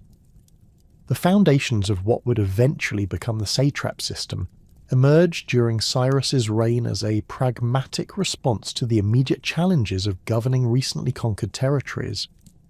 Unlike the rigid centralization that had characterized earlier Mesopotamian empires, Persian administrative organization emphasized flexibility and adaptation to local conditions, while maintaining ultimate imperial authority through carefully selected governors and systematic oversight mechanisms. Archaeological evidence from administrative centers throughout the empire reveals the gradual development of standardized bureaucratic procedures during the 540s and 530s BC, with cuneiform tablets from Babylon, Aramaic papyri from Egypt, and Elamite documents from Persepolis, all demonstrating similar organizational principles despite their linguistic and cultural differences. The selection and appointment of provincial governors during Cyrus's reign reflected sophisticated understanding of the political dynamics that had contributed to the collapse of previous imperial systems. Rather than relying exclusively on Persian nobles or completely replacing local leadership structures, Cyrus employed a mixed approach that combined Persian oversight with indigenous administrative expertise. In Babylonia, Persian governors worked alongside traditional Mesopotamian officials who possessed essential knowledge of local legal systems, commercial practices, and religious obligations. Similarly, in Anatolia, former Lydian administrators continued to function under Persian supervision, providing continuity in tax collection and judicial procedures while ensuring imperial loyalty through carefully structured incentive systems. The territorial divisions established during this period reflected both practical considerations regarding administrative efficiency and strategic calculations about potential resistance or rebellion. Larger provinces were typically assigned to Persian nobles with proven military capabilities and unquestioned loyalty to Cyrus, while smaller or more strategically sensitive regions received governors with specific expertise in local affairs or particular military specializations. The province of Sardis, controlling the crucial western approaches to Anatolia, was assigned to Tabalus, a Persian noble with extensive experience in cavalry operations and siege warfare. Meanwhile, the complex administrative challenges of governing Babylonia required Gubaru, a former Median official whose familiarity with Mesopotamian commercial law and religious practices made him invaluable for maintaining stability in this economically crucial region. The development of communication systems connecting distant provinces with the imperial centre at Pasargad required innovations in transportation infrastructure and information management that built upon existing regional networks while creating new imperial-wide standards. Persian engineers surveyed and improved existing road systems throughout the empire, establishing way stations for messengers and supply depots for military forces while standardizing bridge construction and route marking procedures. The famous royal road connecting Sardis with Susa, though not completed until later reigns, had its origins in road improvement projects initiated during Cyrus's campaigns in Anatolia and Mesopotamia. Archaeological excavations along ancient Persian road networks have revealed sophisticated engineering techniques that adapted to diverse geographical conditions while maintaining consistent construction standards. In mountainous regions, Persian engineers developed specialized techniques for building retaining walls and drainage systems that prevented seasonal flooding and landslides from disrupting communications. Across desert areas, road construction emphasized the establishment of reliable water sources and shelter facilities that could support both routine messenger services and emergency military movements. These infrastructure investments required substantial financial resources and technical expertise, demonstrating imperial commitment to maintaining effective administrative control over vast distances. The standardization of weights and measures throughout Persian territories represented another crucial administrative innovation that facilitated commercial activity while providing imperial authorities with reliable methods for assessing tribute obligations and tax revenues. Archaeological evidence from marketplaces throughout the empire reveals the gradual adoption of Persian measurement standards during the 530s and 520s BC, with standardized weights and measuring vessels appearing in sites from Egypt to Central Asia. This standardization process required careful coordination between imperial administrators and local commercial communities, as existing measurement systems were often closely connected to religious practices and traditional legal procedures that could not be arbitrarily changed without causing significant social disruption. Persian weight standards drew upon Babylonian metrological traditions while incorporating modifications that reflected Persian administrative preferences and the practical requirements of governing diverse commercial systems.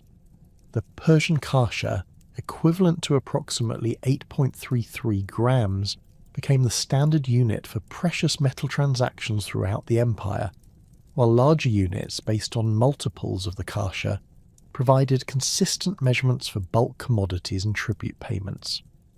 Archaeological analysis of Persian period weights from various sites demonstrates remarkable consistency in manufacturing standards, indicating centralized production and quality control systems that ensured measurement accuracy across vast geographical distances. The monetary innovations introduced during Cyrus's reign built upon Lydian precedents in coinage, while adapting these techniques to Persian administrative requirements and cultural preferences. Persian minting operations, initially established at Sardis following the conquest of Lydia, produced standardized silver coins that facilitated long-distance trade while providing imperial authorities with efficient methods for paying military forces and administrative personnel. The iconography employed on early Persian coins emphasized royal authority and divine legitimacy, with images of the king in ceremonial dress or engaged in ritual activities that demonstrated proper relationship with divine powers. The integration of diverse military traditions into coherent Persian imperial forces required administrative innovations that could coordinate troops with vastly different training, equipment, and tactical approaches while maintaining unit cohesion and command effectiveness. Persian military organization during Cyrus's reign combined traditional Iranian cavalry tactics with infantry techniques learned from conquered peoples and siege warfare expertise acquired through practical experience in urban combat. Archaeological evidence from Persian military sites reveals standardized weapons production and supply systems that equipped diverse military units with compatible equipment while allowing for specialized weapons that reflected particular tactical roles or cultural traditions. Persian noble cavalry formations continued to serve as the elite core of imperial military forces, but their tactical employment evolved significantly during the conquest period as Persian commanders gained experience with different types of warfare and enemy capabilities. Traditional Persian-mounted archery techniques proved highly effective against most enemy forces, but encounters with Greek hoplites and Mesopotamian war chariots required tactical adaptations that incorporated new weapons and formation structures. Persian cavalry units began employing longer lances for close combat, while maintaining their traditional composite bows for harassment and pursuit operations, creating versatile formations capable of adapting to various battlefield conditions.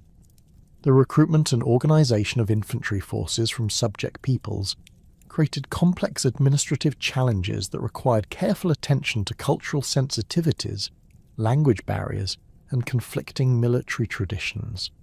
Persian commanders developed standardized training procedures that could be adapted to different cultural contexts while ensuring basic tactical competency and unit coordination. Mesopotamian infantry units retained their traditional spear and shield formations, but were equipped with standardized Persian weapons and trained in Persian tactical procedures. Similarly, Anatolian troops maintained their cultural identity while learning Persian military signals and coordination techniques that allowed for effective integration with other imperial forces. Professional siege specialists represented a crucial innovation in Persian military organization that reflected lessons learned during the conquest of fortified cities throughout the empire. These specialist units combined Persian engineering expertise with technical knowledge acquired from conquered peoples, creating highly trained formations capable of conducting complex siege operations against various types of fortifications. Archaeological evidence from Persian siege sites reveals sophisticated engineering techniques that incorporated elements from Mesopotamian, Greek, and Anatolian military traditions, while developing new approaches specifically suited to Persian tactical preferences and available resources. The economic policies implemented during Cyrus's reign established fundamental principles that would govern Persian imperial finance throughout the Achaemenid period. Rather than imposing uniform taxation systems across all territories, Persian administrators developed flexible approaches that adapted to local economic conditions and traditional practices, while ensuring adequate revenue for imperial operations.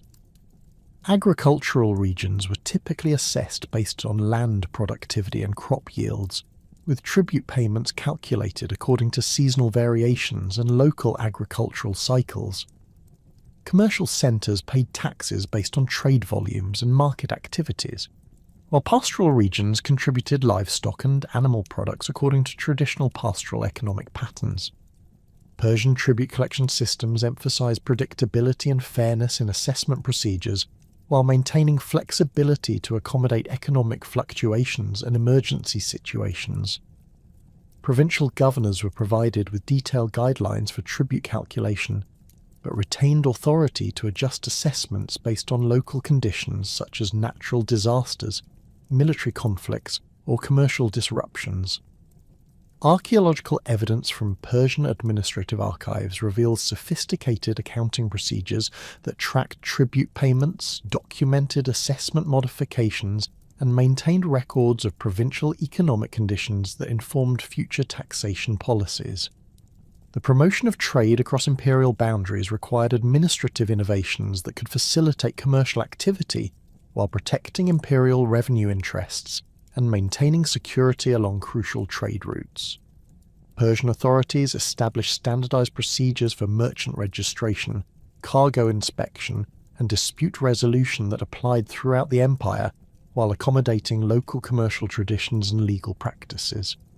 Archaeological evidence from Persian period trading centres reveals expanded warehouse facilities, improved harbour installations, and enhanced road networks that supported increased commercial activity and economic integration across vast geographical distances. Persian commercial policies actively encouraged trade between different regions of the empire, while promoting the development of new commercial relationships that had been impossible under previous political arrangements. Mesopotamian merchants gained access to Central Asian luxury goods through Persian trade networks, while Anatolian craftsmen found new markets for their products in Egyptian and Arabian commercial centres. This economic integration generated substantial tax revenues for imperial authorities, while creating economic incentives for political loyalty among commercial communities throughout the empire. The administrative coordination required for these diverse policy initiatives demanded bureaucratic innovations that could manage complex information flows and decision-making processes across vast distances and cultural boundaries. Persian administrators developed standardized procedures for document preparation, record-keeping, and communication protocols that allowed for effective coordination between different administrative levels while maintaining security and preventing unauthorized access to sensitive information. Archaeological analysis of Persian administrative archives reveals sophisticated filing systems, document authentication procedures, and information management techniques that enabled efficient bureaucratic operations despite the technological limitations of the ancient world. The training and recruitment of administrative personnel required educational systems that could produce qualified officials with the linguistic skills, cultural knowledge, and technical expertise necessary for effective imperial governance. Persian administrative schools, established in major cities throughout the empire, provided standardized training in languages, mathematics, law, and administrative procedures, while offering specialized courses in regional affairs and cultural relations. These educational institutions created career opportunities for talented individuals from throughout the empire, while ensuring that imperial administration maintained consistent standards and procedures across diverse cultural and geographical contexts. The consolidation of Persian administrative systems across the western territories of the empire created strategic imperatives that extended far beyond the established centres of ancient civilization into the vast steppes and mountain ranges of Central Asia, where nomadic confederations posed persistent threats to Persian territorial integrity and commercial security. The Scythian tribes north of the Black Sea and the Massagetì peoples east of the Caspian Sea had observed Persian expansion with growing concern, recognizing that the accumulation of sedentary agricultural wealth under imperial control would inevitably attract their raiding activities, while potentially disrupting the delicate balance of power that governed steppe politics. Archaeological evidence from settlements along the Amu Daria reveals intensive Persian military activity during the late 530 SBC, with fortified outposts appearing at strategic river crossings and mountain passes that controlled access between the Iranian plateau and the Central Asian steppes. These installations demonstrate sophisticated defensive planning that incorporated lessons learned from Persian encounters with nomadic warfare tactics during earlier campaigns in Media and eastern Iran. Persian engineers constructed earthwork fortifications with multiple defensive lines, underground storage facilities for supplies and weapons, and specialized structures designed to protect cavalry mounts from the harsh continental climate that characterized this frontier region. The strategic importance of securing northeastern borders extended beyond immediate military considerations to encompass crucial economic interests that connected Persian territories with the lucrative trade networks linking China, India, and the Mediterranean world. Caravans carrying silk, spices, precious stones, and exotic materials passed through the river valleys and mountain passes of Central Asia, generating substantial tax revenues for whatever political authority could guarantee their security. Persian control over these trade routes would provide both economic benefits and strategic leverage over potential enemies who depended on Central Asian commerce for luxury goods and military supplies. The Scythian tribal confederations that dominated the steppes north of the Persian Empire represented a fundamentally different type of military challenge than the settled kingdoms and city-states that Persian forces had previously encountered. Scythian warriors were primarily mounted archers, whose tactical approach emphasized mobility, harassment, and strategic withdrawal rather than direct confrontation or territorial defense. Archaeological evidence from Scythian burial sites reveals sophisticated military equipment, including composite bows with ranges exceeding those of Persian weapons, scale armour designed for mounted combat, and horse gear that enabled rapid movement across vast distances with minimal logistical support. Scythian political organisation reflected the nomadic lifestyle that governed their economic and social activities, with tribal leadership based on personal charisma, military success, and the ability to provide followers with opportunities for wealth accumulation through raiding and trading activities. Unlike the hierarchical administrative systems that characterized sedentary empires, Scythian authority structures remained fluid and responsive to changing circumstances, making it difficult for Persian diplomats to establish stable relationships or negotiate lasting agreements with Scythian leaders whose political positions depended on continued military success and the distribution of material rewards to their followers. The Massagetae Confederation east of the Caspian Sea presented similar challenges, but operated in geographical conditions that offered different tactical opportunities and constraints. The desert and semi-arid regions inhabited by the Massagetae provided natural barriers that limited Persian cavalry mobility, while offering nomadic forces familiar terrain for conducting defensive operations. Contemporary Greek sources describe Massagetae warriors as formidable opponents whose knowledge of desert survival techniques and water sources gave them significant advantages over invading armies unfamiliar with the harsh environmental conditions of their homeland. Persian military preparations for Central Asian operations required substantial modifications to traditional Persian tactical approaches and logistical systems. The vast distances involved in steppe warfare demanded supply arrangements that could support military operations far from established Persian administrative centres, while the mobility of nomadic opponents required Persian forces to develop enhanced reconnaissance capabilities and rapid response procedures. Persian engineers developed portable equipment specifically designed for steppe conditions, including collapsible siege engines, lightweight cavalry armour, and specialised horse gear adapted for extended operations in extreme weather conditions. The recruitment of Central Asian military specialists into Persian service provided valuable intelligence about nomadic warfare techniques, while creating opportunities for diplomatic contact with various tribal groups who might be persuaded to support Persian interests rather than opposing them. Persian commanders recognized that successful operations against nomadic confederations would require the cooperation of local populations who possessed essential knowledge of terrain, weather patterns, and tribal politics. Archaeological evidence from Persian frontier installations reveals the presence of Central Asian craftsmen, interpreters, and military advisors whose expertise proved crucial for Persian adaptation to steppe warfare conditions. Cyrus's initial approach to Central Asian affairs emphasized diplomatic initiatives designed to divide potential enemies and create alliances with tribal groups whose interests might align with Persian expansion.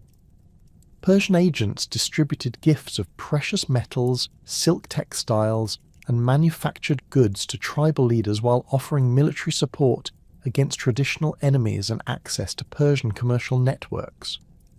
These diplomatic efforts achieved mixed results, as the fluid nature of nomadic politics made it difficult to establish lasting agreements, while the fundamental conflict between nomadic and sedentary economic systems created inherent tensions that could not be easily resolved through negotiation. The establishment of Persian military presence in Bactria during 537–536 BC represented the first major phase of Persian expansion into Central Asian territories. Bactria's location at the crossroads of trade routes connecting India, China, and the Mediterranean made it strategically crucial for Persian commercial interests, while its agricultural productivity and urban centres provided resources necessary for supporting military operations deeper into Central Asian territories. Archaeological excavations at Balka and other Bactrian sites reveal evidence of Persian administrative activity during this period, including the construction of government buildings, military barracks, and storage facilities designed to support extended military campaigns. Persian conquest of Bactrian territories required careful attention to the region's complex political landscape, which included Greek settlements established by earlier conquerors, indigenous Iranian populations with their own cultural traditions, and various nomadic groups who maintained seasonal presence in Bactrian territory. Persian administrators developed governance systems that accommodated this diversity while ensuring imperial control over strategic resources and transportation networks. Cuneiform tablets from Persian administrative archives reference tribute assessments, military recruitment quotas, and commercial regulations that reveal the systematic approach Persian authorities employed in integrating Bactrian territories into the broader imperial structure. The fortification of key positions along the Amu Darya during this period demonstrates Persian understanding of the strategic importance of river valleys in controlling access between settled and nomadic territories. Persian engineers constructed elaborate defensive complexes at major river crossings, incorporating multiple lines of earthwork fortifications, permanent garrisons, and supply depots capable of supporting both defensive operations and offensive campaigns into nomadic territories. Archaeological analysis of these installations reveals sophisticated defensive planning that anticipated various types of nomadic attacks while providing bases for Persian military operations deeper into Central Asian steppes. Persian military operations in Sogdiana encountered different challenges than those faced in Bactria, as Sogdian political organisation was more centralised, and their military capabilities included both nomadic cavalry formations and siege warfare techniques learned from contact with settled civilizations. Sogdian cities like Samarkand possessed substantial fortifications and could sustain prolonged sieges, while Sogdian cavalry forces employed tactics that combined nomadic mobility with more sophisticated equipment and training than typical steppe warriors. Persian commanders needed to adapt their tactical approaches to account for these hybrid military capabilities while maintaining operational flexibility for potential encounters with purely nomadic forces. The siege of Samarkand during 535 BC required Persian forces to employ their most advanced siege warfare techniques while adapting to the specific geographical and climatic conditions of Central Asian urban warfare. The city's location on elevated terrain surrounded by irrigated agricultural areas provided strong defensive advantages, while its position along crucial trade routes made its capture essential for Persian control over Central Asian commerce. Persian siege operations combined traditional assault techniques with innovative approaches designed specifically for Central Asian conditions, including the use of mobile siege towers adapted for operation in extreme weather and specialized equipment for conducting siege operations during the harsh continental winter. Persian administrative policies in conquered Central Asian territories reflected lessons learned from governing other frontier regions while adapting to the specific challenges posed by nomadic neighbours in extreme geographical conditions. Persian governors in Central Asian provinces received enhanced military authority and larger garrison forces than their counterparts in more settled regions, while Persian administrative procedures emphasize flexibility and rapid response capabilities necessary for dealing with nomadic raids and seasonal migrations. Archaeological evidence from Persian administrative centers in Central Asia reveals stockpiles of military equipment, emergency food supplies, and diplomatic gifts that indicate Persian preparation for both military conflicts and diplomatic negotiations with various nomadic groups. The integration of Central Asian territories into Persian commercial networks required infrastructure investments that could support increased trade volumes, while providing security for merchant caravans travelling between distant markets. Persian authorities constructed caravanserai at regular intervals along major trade routes, providing secure lodging, supply facilities and military protection for travelling merchants. Archaeological excavations at these facilities reveal standardized construction techniques and defensive features that demonstrate systematic Persian planning for commercial development and security enhancement throughout Central Asian territories. Persian policies toward nomadic populations evolved during the Central Asian campaigns, as Persian commanders gained practical experience with steppe warfare and nomadic political dynamics. Initial Persian approaches had emphasized military conquest and the establishment of direct administrative control, but the practical difficulties of governing nomadic populations led to more flexible policies that combined military pressure with diplomatic accommodation and economic incentives. Persian authorities began offering nomadic leaders opportunities for profitable participation in Persian commercial networks, while maintaining military pressure sufficient to deter raiding activities against Persian territories. The recruitment of nomadic warriors into Persian military service provided both immediate tactical advantages and long-term strategic benefits for Persian operations in frontier regions. Nomadic cavalry techniques enhanced Persian military capabilities, while nomadic knowledge of steppe conditions improved Persian operational effectiveness in Central Asian campaigns. Archaeological evidence from Persian military sites reveals equipment modifications that incorporated nomadic innovations, including improved horse gear, specialized archery equipment, and cold weather clothing adapted for extended operations in harsh continental climates. The challenges of governing culturally diverse Central Asian populations required Persian administrators to develop new approaches to imperial administration that could accommodate the fundamental differences between nomadic and sedentary lifestyles, while maintaining imperial unity and extracting necessary resources for continued military operations. Persian solutions to these challenges emphasized local autonomy in cultural and religious matters, while maintaining strict imperial control over military affairs, taxation, and foreign relations. Archaeological evidence from Persian administrative centers reveals the employment of local specialists, interpreters, and cultural advisors who provided Persian officials with essential knowledge for effective governance of diverse Central Asian populations. Persian military engineering achievements during the Central Asian campaigns included the construction of permanent fortifications designed to withstand both conventional siege warfare and nomadic assault techniques. These installations incorporated defensive features specifically adapted for Central Asian conditions, including underground storage facilities protected from extreme weather, specialized defensive positions designed for mounted archery, and communication systems that could function effectively across vast distances in harsh climatic conditions.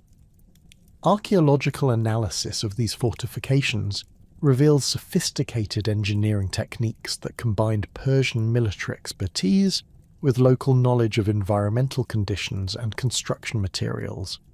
The establishment of Persian administrative control over Central Asian trade routes generated substantial economic benefits that helped finance continued military operations, while providing Persian authorities with enhanced leverage over both nomadic populations and distant commercial partners. Persian control over silk trade routes connecting China with Mediterranean markets enabled Persian administrators to collect substantial customs revenues while regulating the flow of luxury goods that were essential for diplomatic relations throughout the ancient world. Archaeological evidence from Persian customs installations reveals sophisticated procedures for cargo inspection, tax collection, and merchant registration that demonstrate the systematic approach Persian authorities employed in managing Central Asian commerce. The strategic pressures that compelled Cyrus to launch his final campaign against the Massageti Confederation emerged from a complex web of geopolitical considerations that extended far beyond simple territorial expansion. By 531 BC, Persian control over Central Asian trade routes had generated substantial economic benefits, but also created new vulnerabilities that threatened the stability of the entire northeastern frontier. Massagetae raids against Persian commercial installations had intensified following the establishment of permanent Persian garrisons along the Amu Darya, with nomadic warriors targeting caravans carrying silk, precious metals, and luxury goods that represented crucial sources of imperial revenue.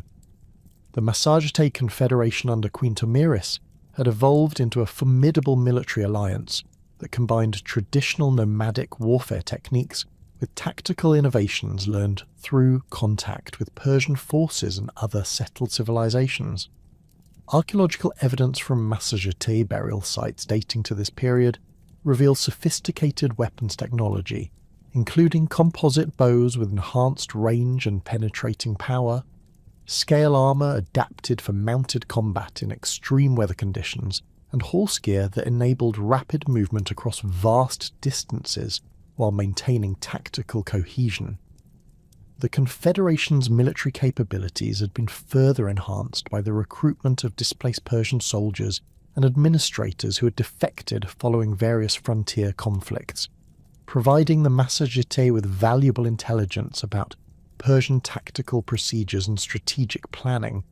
Tomiris herself represented a significant departure from traditional nomadic leadership patterns, having consolidated authority over multiple tribal groups through a combination of military success, diplomatic skill, and religious legitimacy that transcended conventional tribal boundaries. Contemporary Persian sources describe her as a formidable military commander whose tactical innovations had transformed Massagetae warfare from opportunistic raiding to systematic military campaigns capable of challenging Persian territorial control. Her ability to maintain unity among traditionally fractious nomadic groups posed unprecedented challenges for Persian diplomatic efforts, as previous Persian success in Central Asia had often depended on exploiting divisions between competing tribal leaders. The economic disruption caused by Massagetae activities extended beyond direct military losses to encompass broader commercial impacts that threatened Persian revenue streams throughout the northeastern provinces.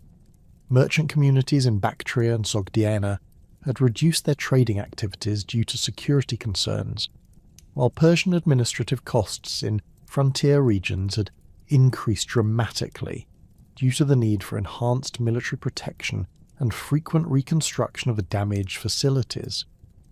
Persian provincial governors reported declining tax revenues and increasing demands for military reinforcements that strained imperial resources while reducing the profitability of Central Asian territorial control.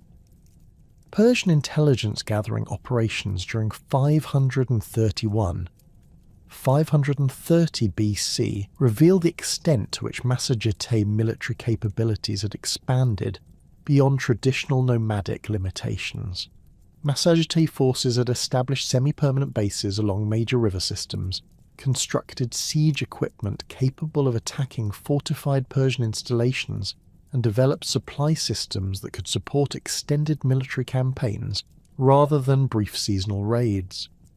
These developments indicated that the Massagetei Confederation had evolved from a traditional nomadic threat into a proto-state organization capable of sustained military operations that could potentially challenge Persian control over vast territories.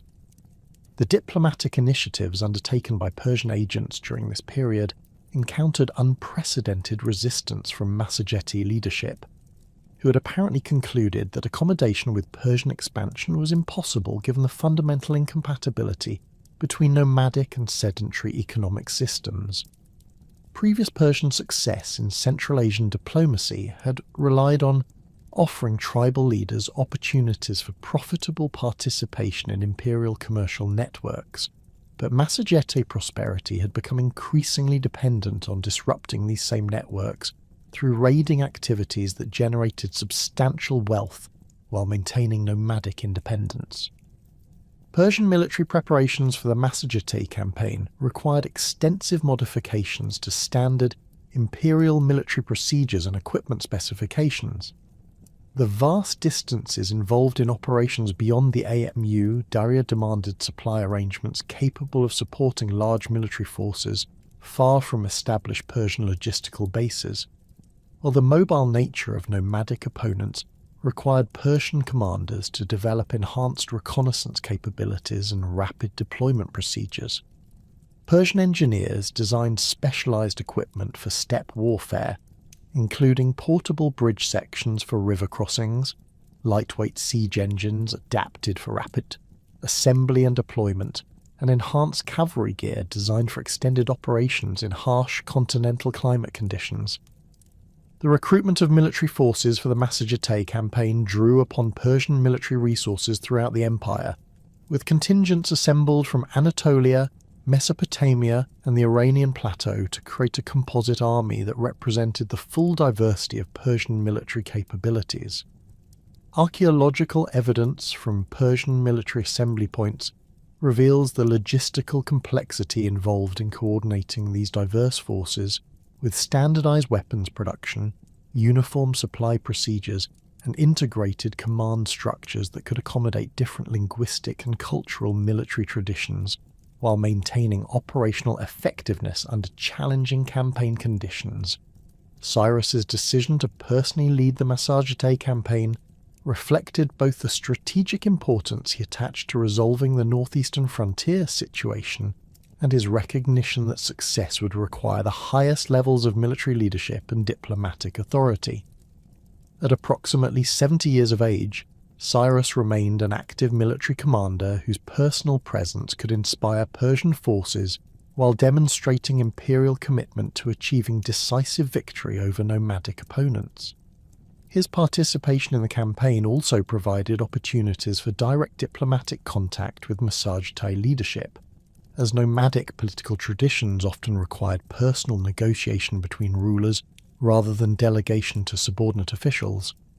The initial phase of Persian military operations beyond the AMU Darya during the spring of 530 BC encountered geographical challenges that tested Persian engineering capabilities and logistical planning. The river crossing required the construction of temporary bridges capable of supporting large military forces along with their equipment and supply trains, while the subsequent advance across semi-arid steppe regions demanded careful water management and route selection to prevent logistical disasters that could destroy entire military formations. Persian engineers employed innovative construction techniques that combined traditional Persian bridge-building expertise with adaptations necessary for the specific hydrological and geological conditions encountered along the AMU Darya.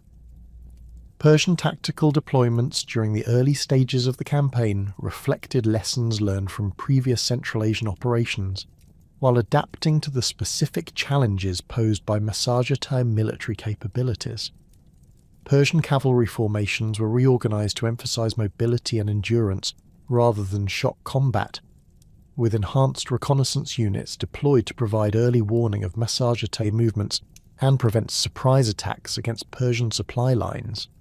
Persian infantry units were equipped with specialized gear for steppe warfare, including portable shelters for extreme weather protection, enhanced archery equipment for long-range combat, and improved medical supplies for treating injuries common in nomadic warfare conditions.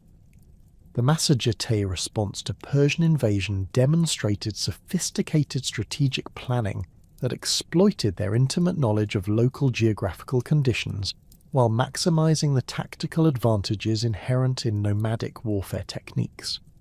Rather than attempting to prevent the initial Persian river crossing, Massagetai forces allowed Persian armies to advance into steppe territories where nomadic mobility advantages could be most effectively exploited while Persian supply lines became increasingly vulnerable to harassment and interdiction.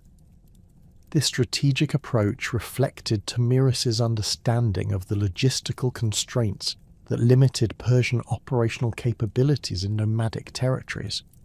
The first major engagement between Persian and Massagetai forces occurred approximately 2 weeks after the river crossing, when Persian reconnaissance units encountered a substantial Massagetai force that appeared to be retreating from Persian advance elements.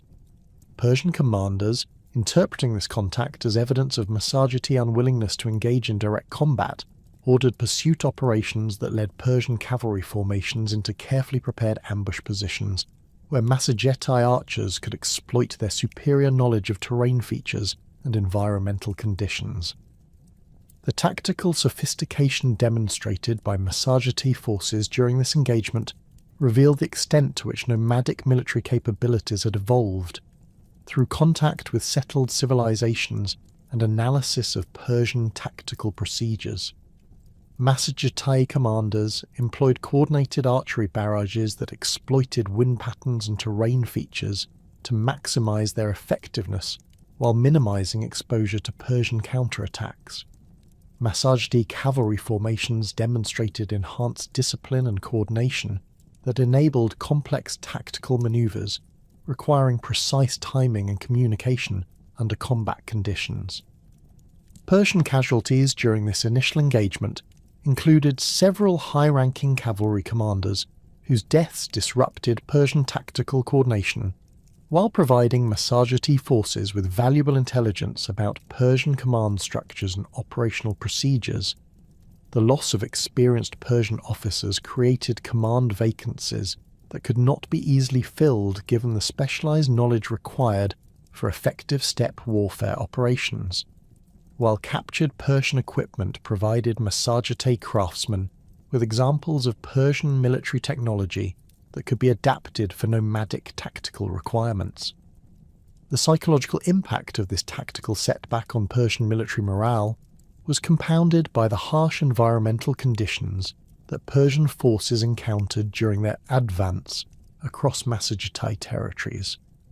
Continental steppe climate during summer months created extreme temperature variations between day and night that challenged Persian soldiers accustomed to more moderate Iranian plateau conditions, while the scarcity of reliable water sources forced Persian commanders to modify their operational plans to accommodate logistical constraints that had not been fully anticipated during the campaign planning process. Cyrus's response to these initial setbacks demonstrated his continued tactical flexibility and his ability to adapt Persian military procedures to unexpected battlefield conditions. Rather than attempting to maintain the original campaign timeline, Cyrus ordered a temporary halt to offensive operations, while Persian engineers constructed fortified camps that could provide secure bases for resupply operations and tactical reorganization. These installations incorporated defensive features specifically designed for steppe conditions, including enhanced perimeter security against mounted attacks and specialized storage facilities for water and fodder supplies essential for cavalry operations.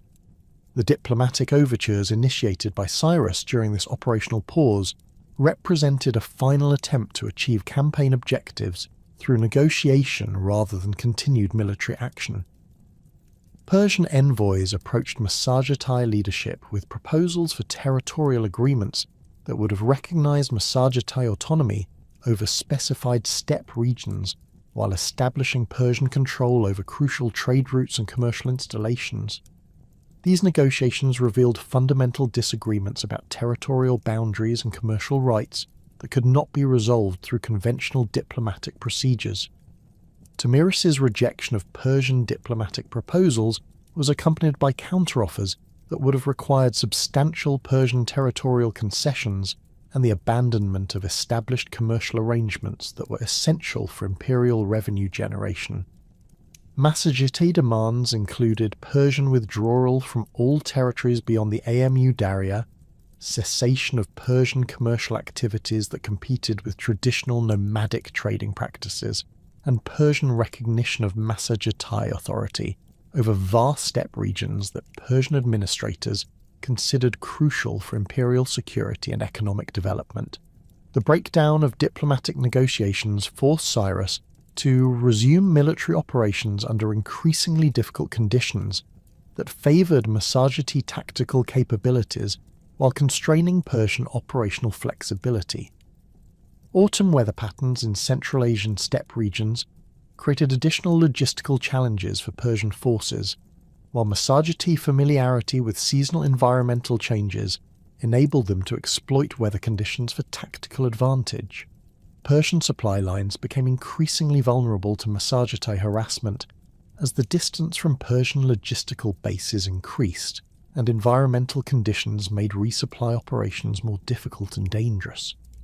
The final battle that resulted in Cyrus's death occurred when Persian forces, attempting to withdraw to more defensible positions closer to their supply bases, encountered a major Massagetae army that had positioned itself to block Persian retreat routes while maintaining tactical flexibility for rapid deployment against different sectors of the Persian formation. The battle location, in open steppe terrain that favoured cavalry operations, provided both sides with opportunities to employ their preferred tactical approaches while creating conditions that would make the engagement decisive rather than inconclusive. Persian tactical deployment for this engagement reflected Cyrus's recognition that the battle would determine the outcome of the entire campaign and possibly the future of Persian control over Central Asian territories. Persian forces were organised in multiple defensive lines, designed to absorb Massagetae cavalry charges while creating opportunities for Persian archers and infantry units to inflict maximum casualties on attacking nomadic formations. Persian cavalry units were positioned to exploit tactical opportunities created by infantry resistance while maintaining sufficient mobility to respond to changing battlefield conditions.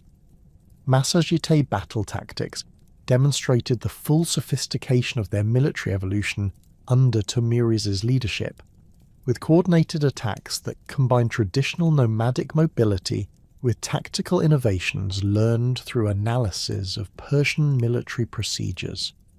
Massagetae forces employed feigned retreats and flanking maneuvers that drew Persian formations out of their defensive positions, while maintaining tactical cohesion that enabled rapid concentration of forces against isolated Persian units.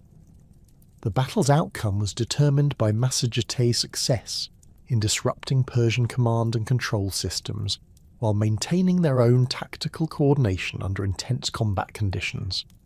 The death of Cyrus during this engagement marked not only the end of his personal military career, but also a fundamental turning point in Persian imperial expansion that would influence imperial strategic planning for generations.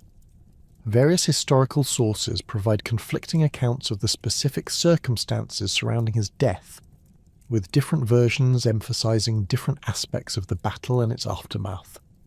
Herodotus describes Cyrus's death as resulting from direct combat with Massagetae forces, while other sources suggest that he was killed during the general collapse of Persian tactical formations under sustained nomadic pressure.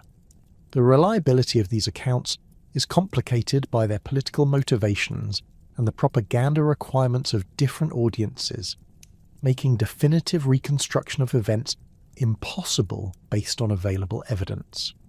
Ctesias, whose account draws upon Persian court sources, provides a different version that emphasizes Persian tactical errors and command failures rather than Massagetì military superiority, reflecting the political necessity of explaining Persian defeat without acknowledging fundamental flaws in imperial military capabilities. Archaeological evidence from the battle site, though limited due to the nomadic practice of removing battlefield debris and the environmental factors that have obscured physical traces of the engagement, suggests that the battle involved substantial casualties on both sides and represented a genuine tactical disaster for Persian forces rather than a minor setback that could be easily overcome through reinforcement and tactical adjustment. The immediate aftermath of Cyrus's death in the steppes beyond the Amu Darya created a succession crisis that tested the institutional foundations of the Persian Empire and revealed both the strengths and vulnerabilities of the administrative systems he had established. Cambyses II, Cyrus's eldest son and designated heir, was commanding Persian forces in the western provinces when news of his father's death reached the imperial court at Pasargadae. The geographical separation between the new king and the site of the military disaster created a dangerous power vacuum that could have been exploited by rebellious provincial governors or ambitious Persian nobles seeking to advance their own claims to imperial authority. Archaeological evidence from Persian administrative centres throughout the empire reveals the systematic measures undertaken by Cambyses II to consolidate his authority and prevent the fragmentation that had destroyed previous Near Eastern empires following the death of their founders. Persian provincial governors received detailed instructions regarding the maintenance of civil order, the continuation of tribute collection, and the preservation of military readiness while awaiting further orders from the new king. Cuneiform tablets from Babylon document emergency financial measures that ensured continued payment of military forces and administrative personnel, while Aramaic papyri from Egyptian archives reveal diplomatic communications designed to reassure foreign allies and discourage potential enemies from attempting to exploit Persian vulnerabilities during the transition period. The retrieval of Cyrus's body from Massagetì territory required delicate negotiations that demonstrated the diplomatic sophistication Persian administrators had developed during decades of managing relationships with nomadic peoples. Tomiris, recognizing the propaganda value of controlling the great king's remains, initially demanded substantial territorial concessions and tribute payments in exchange for returning the body. However, Persian negotiators successfully exploited divisions within the Massagetì Confederation and traditional nomadic customs regarding the treatment of defeated enemies to secure the return of Cyrus's remains without making significant political concessions that would have undermined Persian prestige or territorial integrity. The funeral ceremonies conducted for Cyrus at Pasargadae established precedents for Achaemenid royal burial practices that would influence Persian imperial ideology throughout the dynasty's history. The tomb constructed for Cyrus, a simple stone structure that avoided the ostentatious monumentality characteristic of Mesopotamian and Egyptian royal burials, reflected Persian cultural values that emphasized royal accessibility and connection with ordinary subjects rather than divine separation from human concerns. Archaeological analysis of the tomb's construction reveals sophisticated masonry techniques that combine Persian architectural traditions with influences from conquered civilizations, creating a structure that symbolized the cultural synthesis that characterized Cyrus's imperial policies. The consolidation of Cambyses II's authority required careful management of the various ethnic and cultural groups whose loyalty to the Persian Empire had been based primarily on personal allegiance to Cyrus, rather than institutional commitment to Persian imperial structures. Persian administrators throughout the empire organized ceremonial events that demonstrated continuity between the deceased king and his successor, while Persian military commanders conducted loyalty ceremonies that reaffirmed the allegiance of diverse military units to the new royal authority. Contemporary sources indicate that these transition procedures were generally successful, with only minor rebellions in peripheral regions that were quickly suppressed through a combination of military action and diplomatic accommodation. The institutional legacy of Cyrus's administrative innovations became fully apparent during this succession crisis, as the governmental structures he had established proved capable of maintaining imperial unity despite the loss of his personal leadership. The satrap system, though not yet fully developed in its classical form, provided sufficient administrative coordination to prevent provincial fragmentation, while the religious tolerance policies Cyrus had implemented maintained the loyalty of diverse subject populations who might otherwise have viewed the succession crisis as an opportunity for rebellion.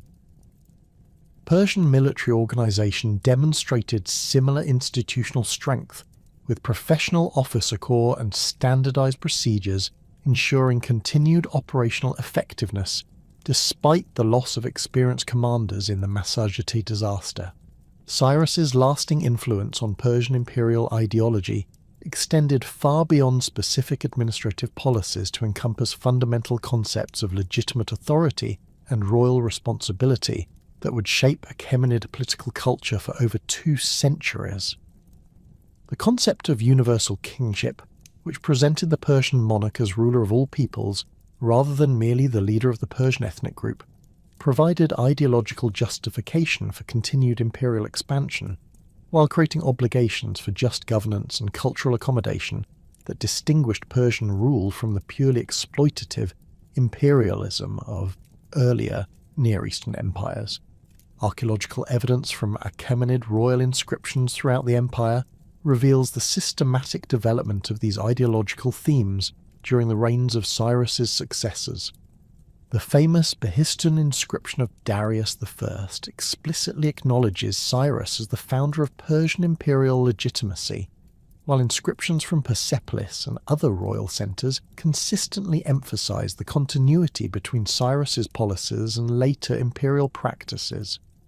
These textual sources demonstrate that Persian royal ideology consciously preserved and developed the political principles that Cyrus had established, creating a coherent imperial tradition that survived military defeats, succession disputes, and territorial losses that would have destroyed less institutionally sophisticated political systems.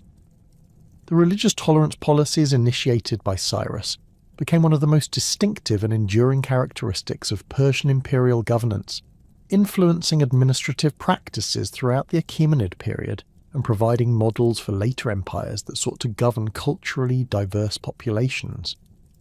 Contemporary administrative documents from throughout the Persian Empire reveal the systematic implementation of these policies, with Persian governors required to demonstrate respect for local religious traditions while maintaining ultimate imperial authority over political and military affairs. The practical success of these policies is demonstrated by the remarkable stability Persian rule achieved in regions that had been chronically rebellious under previous imperial systems. Persian religious policies under Cyrus's successors continued to emphasize the accommodation of diverse religious traditions, while promoting the imperial cult of Ahura Mazda as the supreme divine authority that legitimized Persian rule.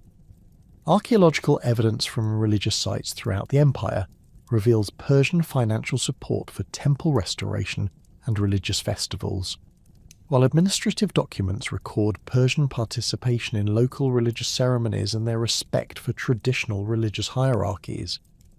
These policies created genuine religious synthesis rather than mere political accommodation, with Persian Zoroastrian concepts influencing local religious traditions, while Persian rulers incorporated elements from subject cultures into their own religious practices. The portrayal of Cyrus in various cultural traditions reveals the extent to which his policies and achievements transcended the immediate political context of Persian imperial expansion to influence broader ancient conceptions of legitimate authority and effective governance. Persian sources naturally emphasize Cyrus's role as the founder of imperial greatness and the establisher of just rule, while Greek historians developed more complex interpretations that acknowledge Persian military effectiveness and administrative sophistication while maintaining Greek cultural superiority. Herodotus, writing during the height of Greek-Persian conflicts, nevertheless presented Cyrus as a worthy opponent whose achievements commanded respect even from his enemies. Jewish sources provided perhaps the most consistently positive ancient assessment of Cyrus's reign, with biblical texts describing him as a Messiah chosen by God to restore Jewish religious practices and rebuild the temple in Jerusalem. The books of Ezra, Nehemiah, and Isaiah present detailed accounts of Persian policies that enabled Jewish communities to return from Babylonian exile and re-establish their religious and cultural institutions. Archaeological evidence from Jerusalem and other Jewish sites confirms the substantial Persian investment in Jewish restoration projects, while administrative documents reveal the systematic implementation of repatriation policies that affected numerous displaced populations throughout the empire. The influence of Cyrus's imperial model on subsequent political developments extended far beyond the immediate geographical boundaries of Persian control to affect the political evolution of the entire ancient world. Alexander the Great's conquest of the Persian Empire involved not merely military defeat but also the conscious adoption of many Achaemenid administrative practices and ideological concepts that Alexander considered essential for governing the diverse populations he had conquered. Archaeological evidence from Hellenistic administrative centres reveals the continuation of Persian governmental structures, religious policies, and cultural accommodation practices that had proved effective during centuries of Achaemenid rule.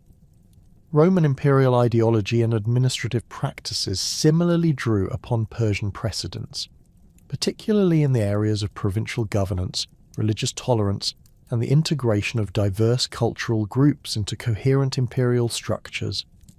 Roman historians acknowledged Persian achievements in imperial organization while claiming to have improved upon Persian methods through superior Roman military discipline and legal procedures.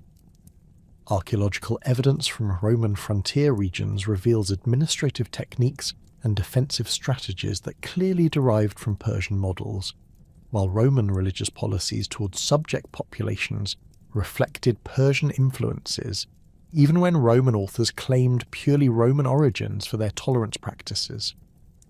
The Islamic conquests of the 7th century AD encountered Persian administrative traditions that had survived the fall of the Achaemenid dynasty and continued to influence governmental practices throughout the former Persian territories. Islamic administrative systems incorporated many Persian precedents, particularly in the areas of taxation, provincial organization, and the accommodation of religious minorities.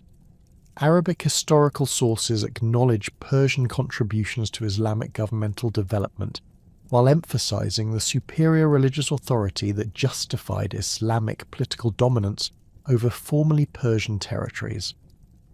The enduring significance of Cyrus's model of empire building can be observed in its influence on modern political thought and constitutional development. 18th and 19th century European political theorists studying ancient governmental systems identified Persian administrative innovations as the important precedents for religious tolerance, federal organization, and the accommodation of cultural diversity within unified political structures. The Cyrus cylinder, rediscovered during 19th century archaeological excavations in Babylon, was interpreted by modern scholars as an early example of human rights declarations and constitutional limitations on royal authority. Contemporary archaeological research continues to reveal new evidence of the sophistication and extent of Cyrus's administrative innovations.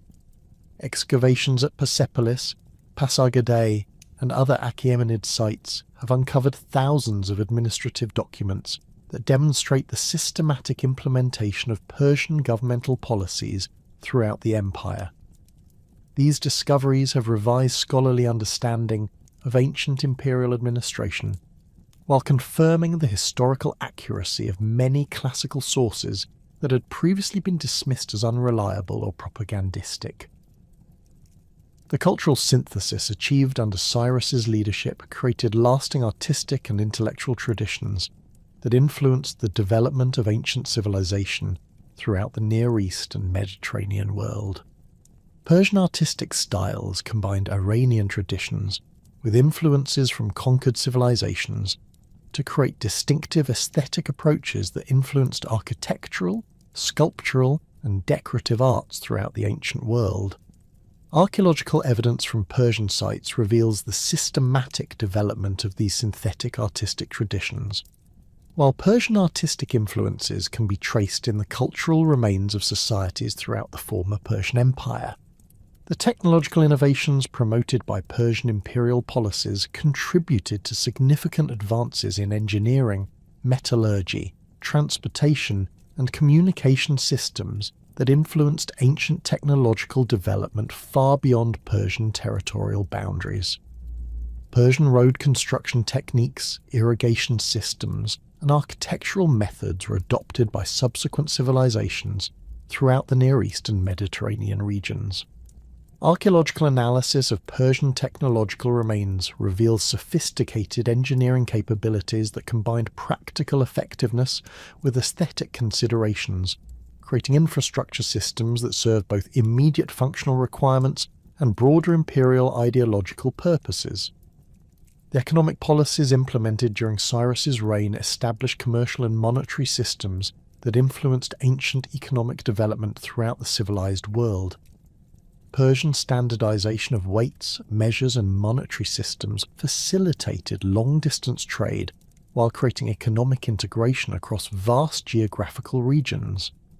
Archaeological evidence from Persian commercial installations reveals sophisticated accounting procedures, quality control systems, and commercial law enforcement mechanisms that enabled the expansion of ancient commerce beyond previous geographical and cultural limitations. The military innovations developed during Persian expansion under Cyrus created tactical and strategic precedents that influenced ancient warfare for centuries after the fall of the Achaemenid dynasty.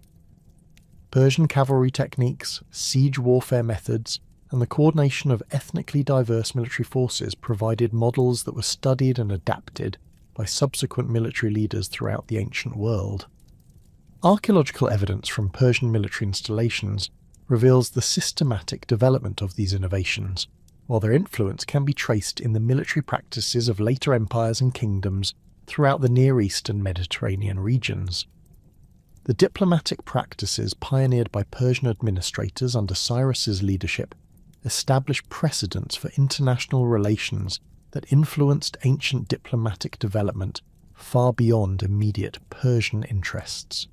Persian negotiation techniques, alliance systems, and the management of relationships with diverse political entities created diplomatic methods that were adopted by subsequent civilizations throughout the ancient world.